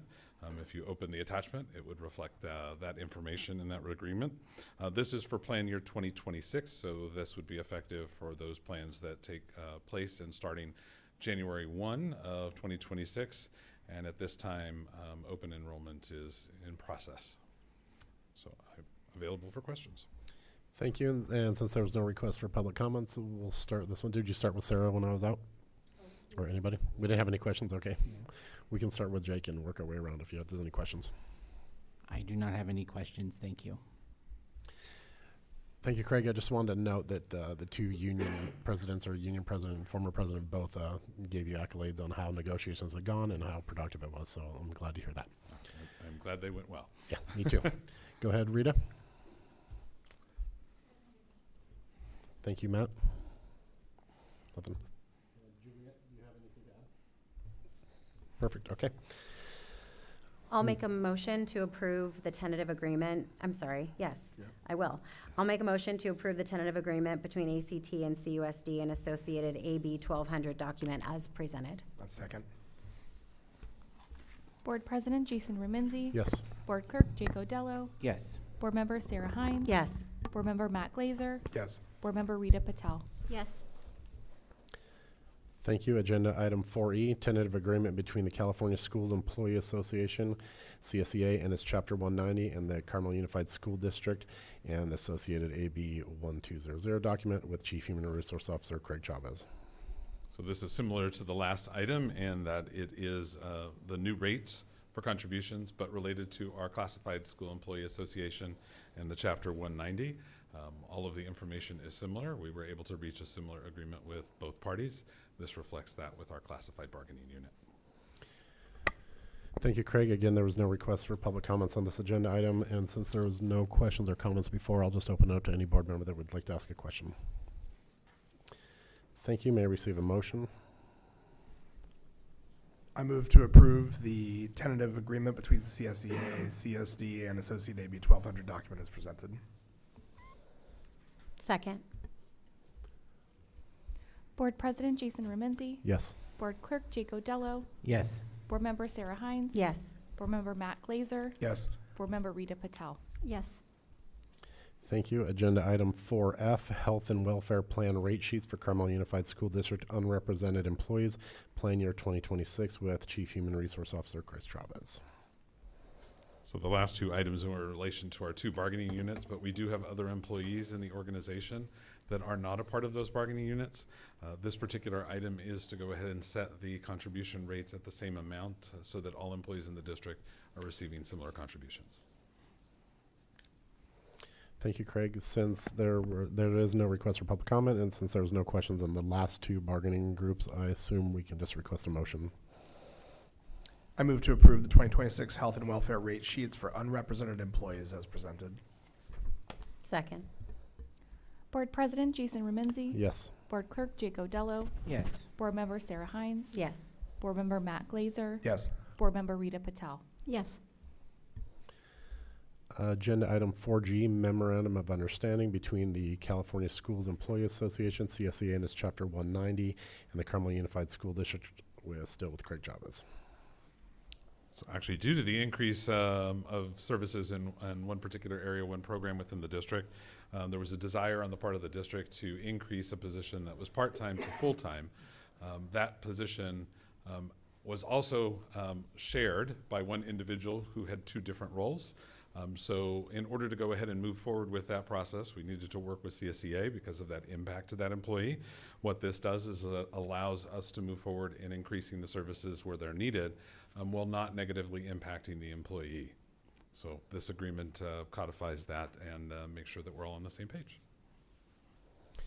Thank you, and I don't anticipate any questions. May I receive a motion? I move to approve the MOU between CSEA and CUSD regarding reclassification as presented. Second. Board President Jason Remenzi. Yes. Board Clerk Jake Odello. Yes. Board Member Sarah Hines. Yes. Board Member Matt Glazer. Yes. Board Member Rita Patel. Yes. Thank you. Agenda item 4H, Monterey County School Boards Association, MCSBA, is seeking potential new organizations to be added for consideration for the 2026 Excellence in Education Award, and Sharon will present. All right. This is an annual item from the Monterey County School Boards Association. There is a list that has been posted to the board packet, but also for convenience printed out in front of you. In addition, Based on my experiences in the last 3 times we've done this, this board has asked to have the Friends of Kashawa Children's Center added as a nonprofit organization for consideration.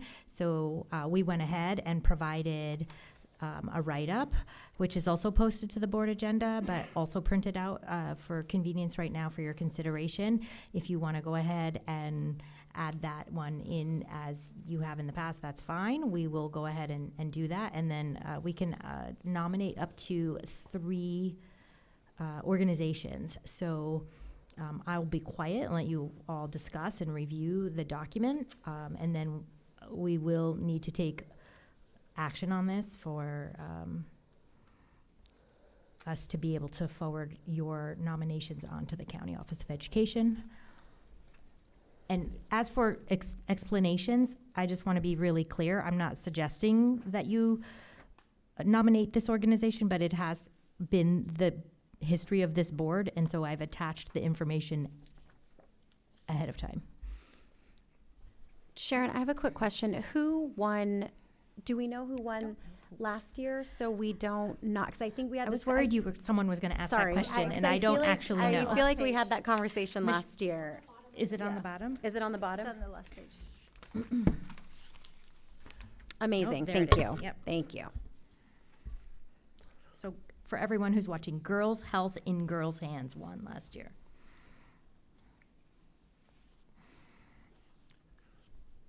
I had an interest in making a nomination for an organization that has contributed to Carmel Unified School District in the summer program last year. It's called Stage Kids. Stage Kids provides creative stage theater-based education. It's accessible to all children in the district, even though it takes place in Big Sur.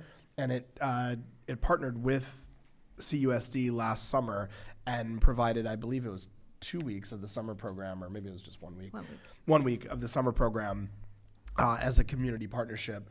And the engagement was remarkable, and the results of, or the children that participated had a great time, though the numbers were low as the summer program goes. But what Stage Kids does as an organization, they are a 501c3 nonprofit, and they're dedicated to providing theater education, creative expression workshops to anybody that participates. And I think, given their relationship to CUSD that began last summer and what they do for the Big Sur and the greater Monterey County community, I think they would be worthy of a nomination. Thanks, Matt. I have a quick question. You mentioned the greater Monterey County, so I assume they're available countywide? Yeah, it takes place at the Grange in Big Sur, but there are kids that come from as far as come from Pacific Grove and Carmel. There are also families from out of Monterey County that have family, like second homes in the area, and those kids return year after year and might be from different places. It also draws from a variety of school districts. There's Chartwell kids, there's PG kids, there's Carmel kids, of course. And again, so even though it takes place in Big Sur, it has a pretty broad draw. Great. Thank you for the clarification. Yep. Sharon, I had a question. I'm sorry I didn't ask this beforehand. In reading through the descriptions of all of these, I was wondering, does Carmel Unified partner with or have any connection with the Sunset Cultural Center Classroom Connections program that's outlined in here? And I ask because it's in the backyard of, all of our schools. And after reading the description, it sounds like an incredibly unique and impactful program for our students. And so I wanted to see if there was anything there for us. So I vaguely recall something from 3 years ago, I think, where there was some consideration of participating for one of our elementary schools, but I have not seen any participation in that program recently. We do partner with Sunset Center for our music programs in the fall, in the spring, in March, when we do, music recognition and our big concerts. But I haven't seen anything with that program. Well, I'd like to make a nomination for the Wahine Project. So I would like to add that to Is it, I think it's on the It's list already on there? already. Where did it- Oh, yeah. Oh. Did I miss it? It's a very lengthy list, so Where it's did it easy to go? miss. Page 9. Oh, there it is. There Okay. it is.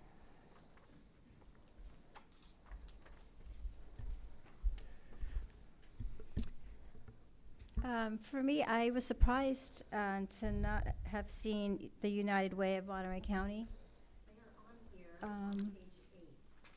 They haven't been awarded, have they? But they're on the nomination list, and Yeah. we're only They're on we're not page voting. 8. We're nominating organizations Organizations to to be join considered for the- for the award. Mhm. So the awards list is on that back page. I don't think that they've actually Yeah, won, but they the have number. been nominated, Okay. and they are in the packet In the packet. already. Okay. So yeah. Yep. Bottom of page 8. Yeah.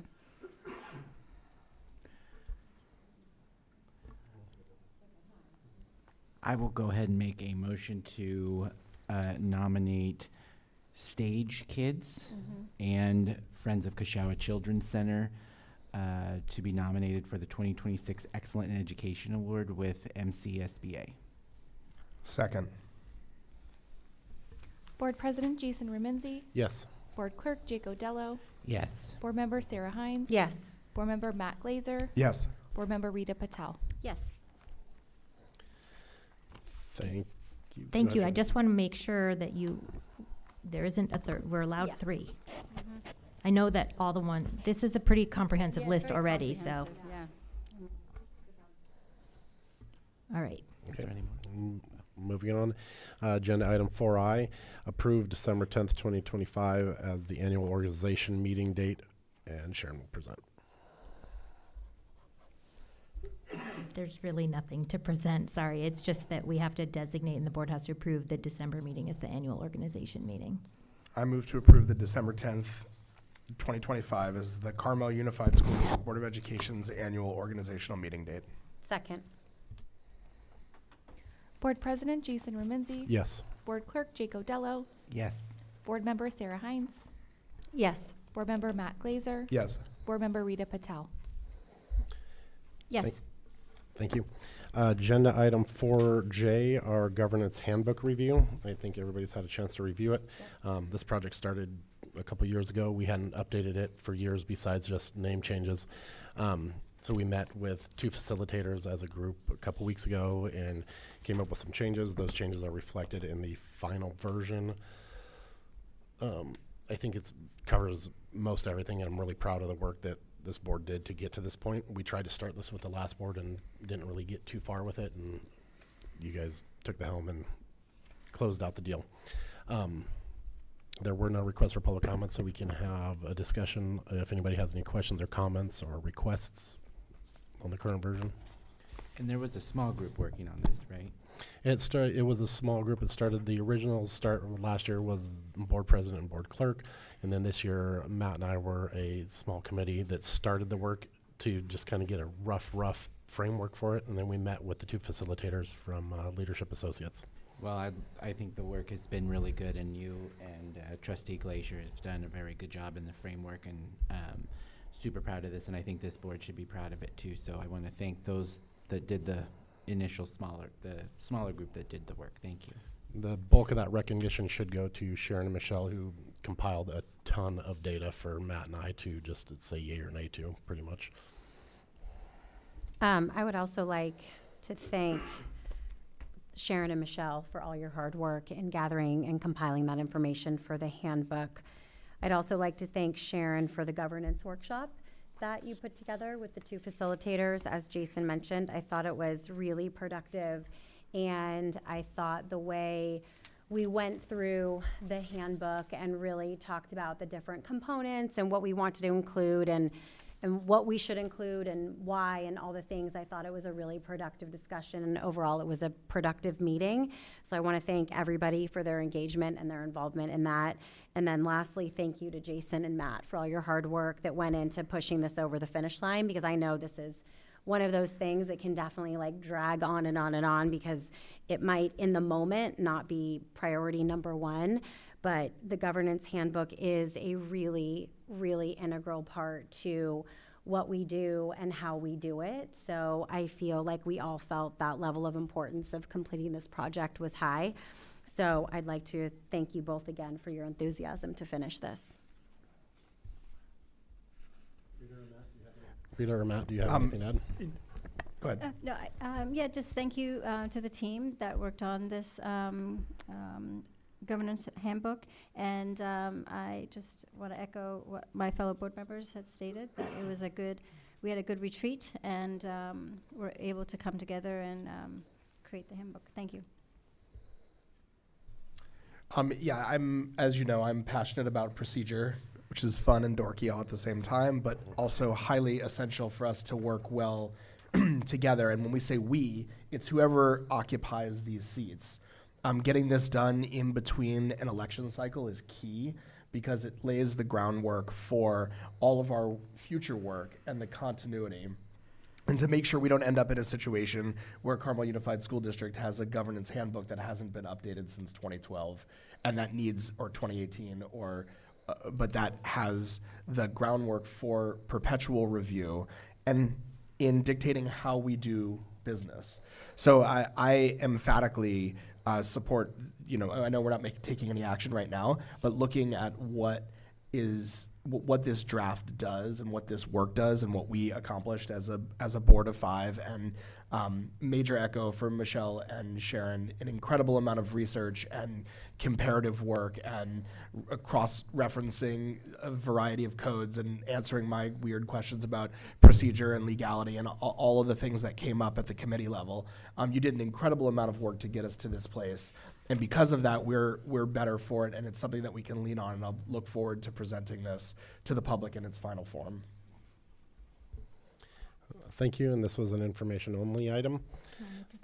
Sharon would like to make a comment also. I just want to make a comment to share for everyone's knowledge. This will be revised in terms of format and a final review by the subcommittee, and then also our legal team for making sure that everything we're proposing here is aligned to the policies that we have in place and the requirements. So it will come back for final approval, and which is why it is on just for discussion to see if this was needing any more adjustment.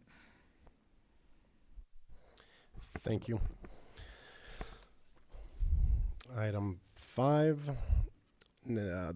These were our information-only items. The following ones were presented to the governing board as items for information purposes only. They do not require discussion or action. That was A, a calendar of board items, B, a first reading of the schedule of the Board of Education's meeting for period of July 2026 through June 2027, C, Monterey Educational Risk Management Authority, positive ending net positions as of June 30th, 2025, D, a facility use program.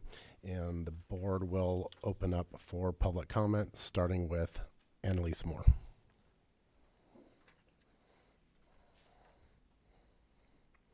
Yeah, go ahead to the microphone, and you have 3 minutes. Thank you.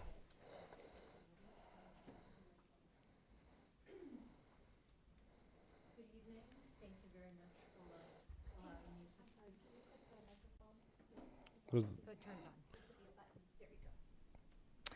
Thank you very much for inviting me to speak. It's nice to see you all. Thank you for spending your evening making sure that our school district runs well. I would like to speak on behalf of the River School PTO. I am a board member, the vice president, and we use Facilitron for scheduling different events, such as Fall Festival, which was a huge success. We are curious where the responsibilities of the Facilitron team sort of end and the CUSD team begin as far as reviewing and approving and helping to get the reservation secured.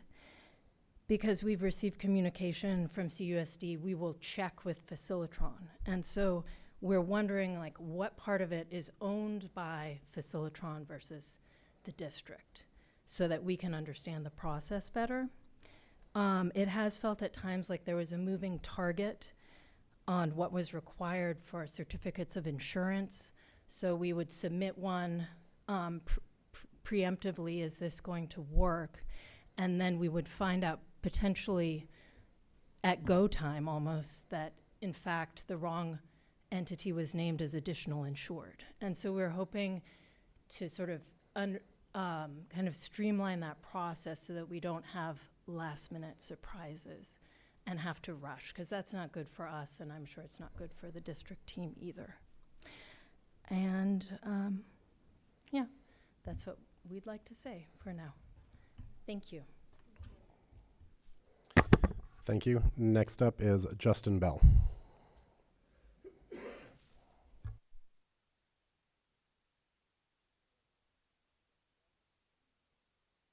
I thought it was still on from before.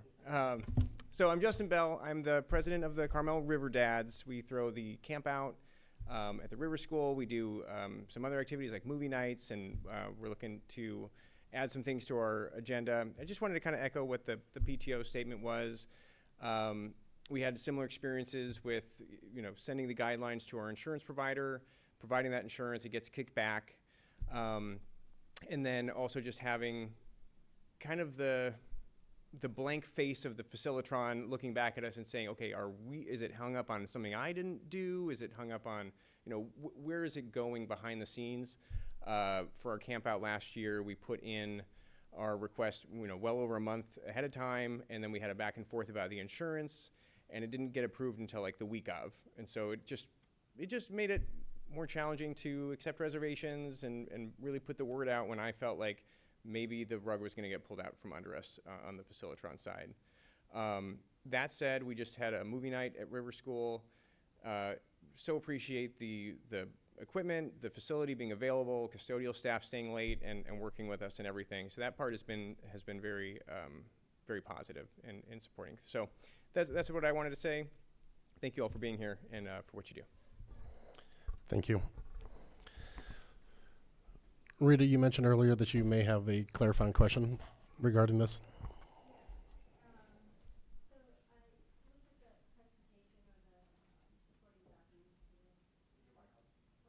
I looked at the, thank you.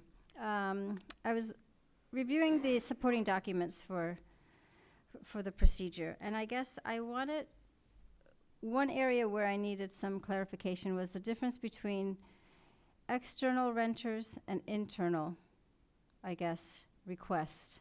And I saw examples of internal events as PTO, Padre Parent events. And so do they still need to go through the process and have the insurance and things like that? So yes, the answer is yes, the PTOs do, but let's say our high school, for example, has a club who is hosting an activity that is a school-sponsored event. We need them to reserve that space in Facilitron so it doesn't share to people that it is available when it really isn't. So every facility use, internal and external, must go through this process.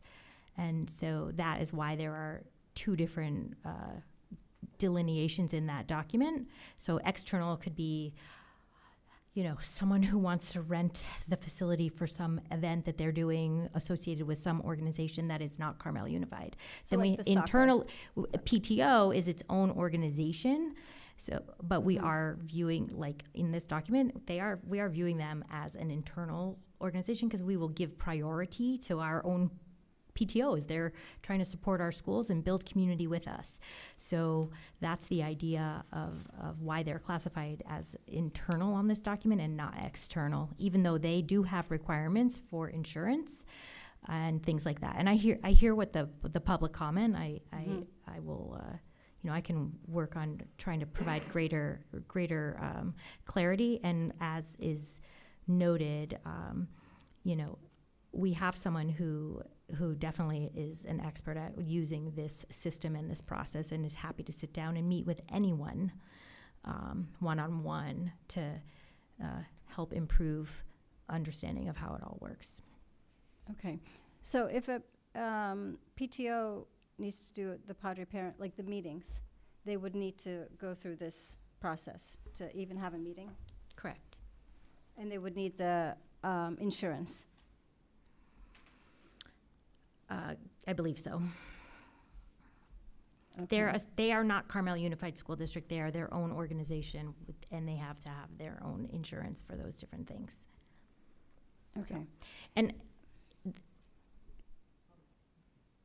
Okay. No, I guess that's different from the past. I mean, I was PTO president in the past, and, you know. it is we different just- yeah, from the past it's- because yeah. the laws have changed Yeah. that require us to do these things that we never Mhm. had to do before. Yeah, which is kind of a shame because the PTOs, they raise money, they, you know, fundraise, and then they probably have to spend thousands of dollars on insurance just to hold PTA meetings and events that support our students. Because if you take away the PTOs and PTAs and all the events that they do for our students, I mean, it would be a stripped down version of education, in my opinion. I mean, they provide a lot to our students. Okay, so I was just, the other thing I noticed, and just listening to the comments, was, so the organization needs to schedule their events at least 2 weeks in advance.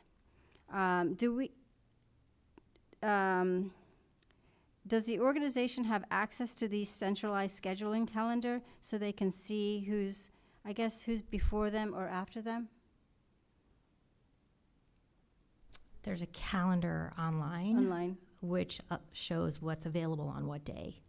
Okay, so they would just see that block of time, not what's before or after. Okay, and then I actually skipped over my other question. So if the organization has to submit their request at least 2 weeks in advance, on our end, the district's end, what timeline or do we have to notify the organization that they've received approval? Do we have any guidelines or, you know, that we share with the organization? It completely depends on when it's turned in.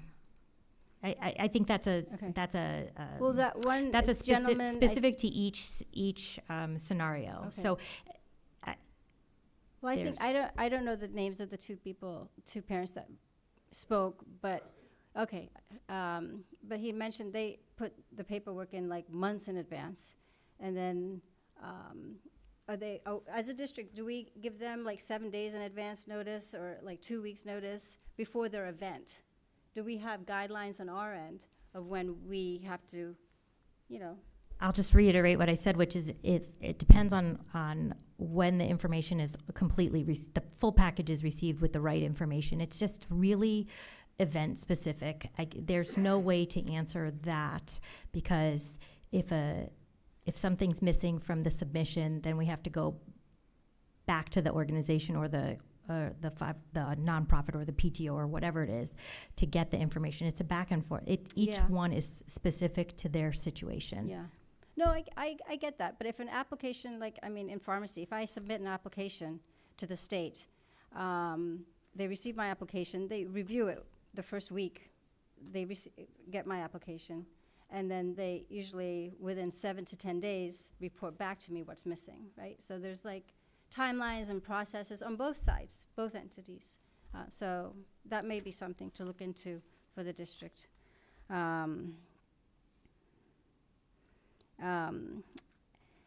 And then as far as sports goes, do our sports have priority over, I guess, external users?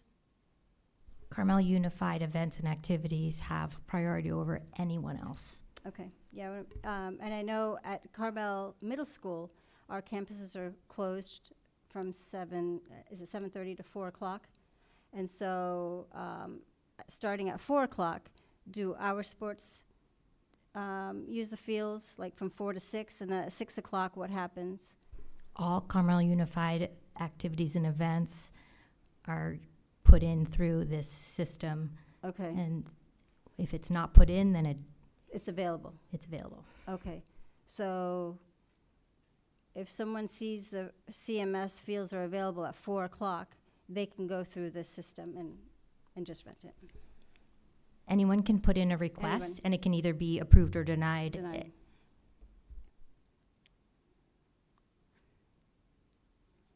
Okay. Well, I think overall, I feel that there's some, just to be honest, there's tension between the community and CUSD with the facility use, fields and buildings.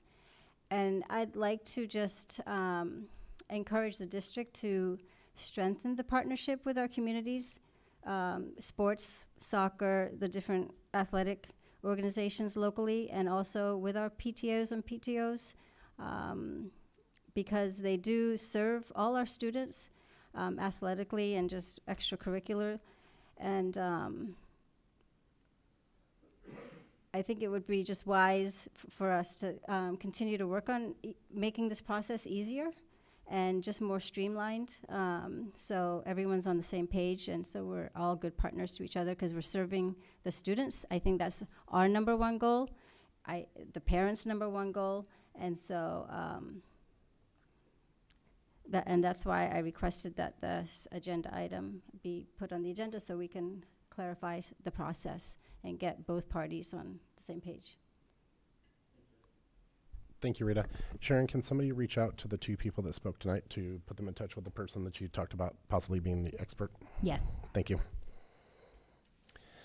Moving on to item 6, public comment on non-agendized items. Members of the public may address the board regarding items on topic or topics within the board's jurisdiction that are not on the agenda at this time. We'll start with number 1, is labeled as topic, traffic, and safety. Good evening. I'm here to point out traffic and safety issues that CUSD has created both on county roads and on Carmel High School. First, under county jurisdiction.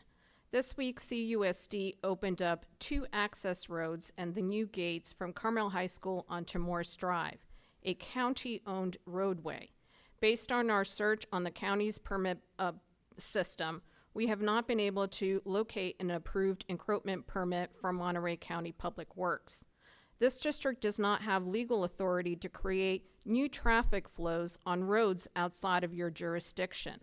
There is no carve-out for special school district loopholes in state or county encroachment laws. Our understanding is that you must comply like any other entity. Example, if I wanted a new driveway, I would have to work with the county. This week alone, I personally witnessed 2 near-car accidents, including blind corner conflicts, blocked emergency access, and cars, students, and residents all converging unpredictably on Morris Drive. The risk for an accident is even greater when you watch drivers going either northbound or southbound, making a left turn from Highway 1, and then immediately attempting a second left onto these new conflicting drive aisles, which is your term for disguising these aisles, which are actually roads which vehicles drive on. If you have an approved encroachment permit, can you please provide that to the public? Secondly, regarding on-campus safety. Now that the construction is complete on Carmel High School, will the district be releasing the final approved DSA plans to include the updated 810 fire and life safety, and then demonstrating that you have an emergency access loop that is approved and follows all regulations and guidelines so that emergency vehicles can safely take care of those in need? Despite multiple requests to the Public Records Act, I do not have access to those emergency plans, and they have never been digitally provided to me. We are communicating now with Supervisor Kate Daniels' office. We'll be contacting the County Road Commissioner and the Cypress Fire. In addition, with 39 seconds left, you should make it clear to the public that they have to fill out those little cards in order to speak. I was shut down when I was curious. Why did you recuse yourself, Jason, from the last agenda item? Is there something in terms of you personally getting a contract or being awarded a contract from construction? So you should probably clarify to the organization why you walked out and you were unable to vote on that item. Thank you. Please give us confidence you are legally compliant and prioritizing safety. Thank you. Next up, item 7, informal report with Superintendent Sharon Ofek. I don't have anything this evening. Thank you, though. Thank you very much. Item 8, Board committee reports. These are routine committee updates with CUSD Board of Education Board representatives for Community Human Services, Mission Trails Regional Occupation Executive Board, and the Monterey County School Boards Association Executive Council Legislative Representative Liaison. We'll start with our Community Human Services representative, Rita Patel. I have a meeting tomorrow, so I'll report back next month. Perfect. Thank you very much. Jake, do you have anything to report for the Mission Trails Regional Occupation Executive Board? Yes, and I don't want to be repetitive, and Superintendent Ofek was able to share that Carmel Unified School District hosted the JPA and hosted at the Performing Arts Center at Carmel High School. They did great. Dr. Glenn and her team did a great job setting up. Even it was completely student-driven, even down to the centerpieces, which I now have proudly displayed in my office, and the student works and our student work was on display, and we did an excellent job. I'd like to thank Trustee Patel, Trustee Hines for attending, and we all to see what our students were able to do was fantastic, and I just want to thank everybody for the effort in that. And I got many compliments from our other JPA members the next day that we did a fantastic job. So thank you everybody involved in that. Thanks, Jake. Matt, do you have anything to report for the MCSBA? No report. Thank you very much. Finally, closed session item 9. Before adjourning to closed session, the board will identify the closed session items and provide an opportunity for public comment on items. A, public employee performance evaluation pursuant to Government Code 54957, Superintendent. B, conference with legal counsel, existing litigation pursuant to Government Code 54956.9, Subdivision D1, Monterey County Superior Court Case number 25CV002576, Jane Doe versus Carmel Unified School District et al. C, public employee discipline, dismissal, release pursuant to Government Code 54957, Subdivision B1. D, conference with labor negotiator pursuant to Government Code 54957.6, agency designated representative Craig Chavez, employee organizations CSEA, ACT, and non-represented groups. The board did not receive any requests for public comment, and we will adjourn into closed session at 8:03 p.m.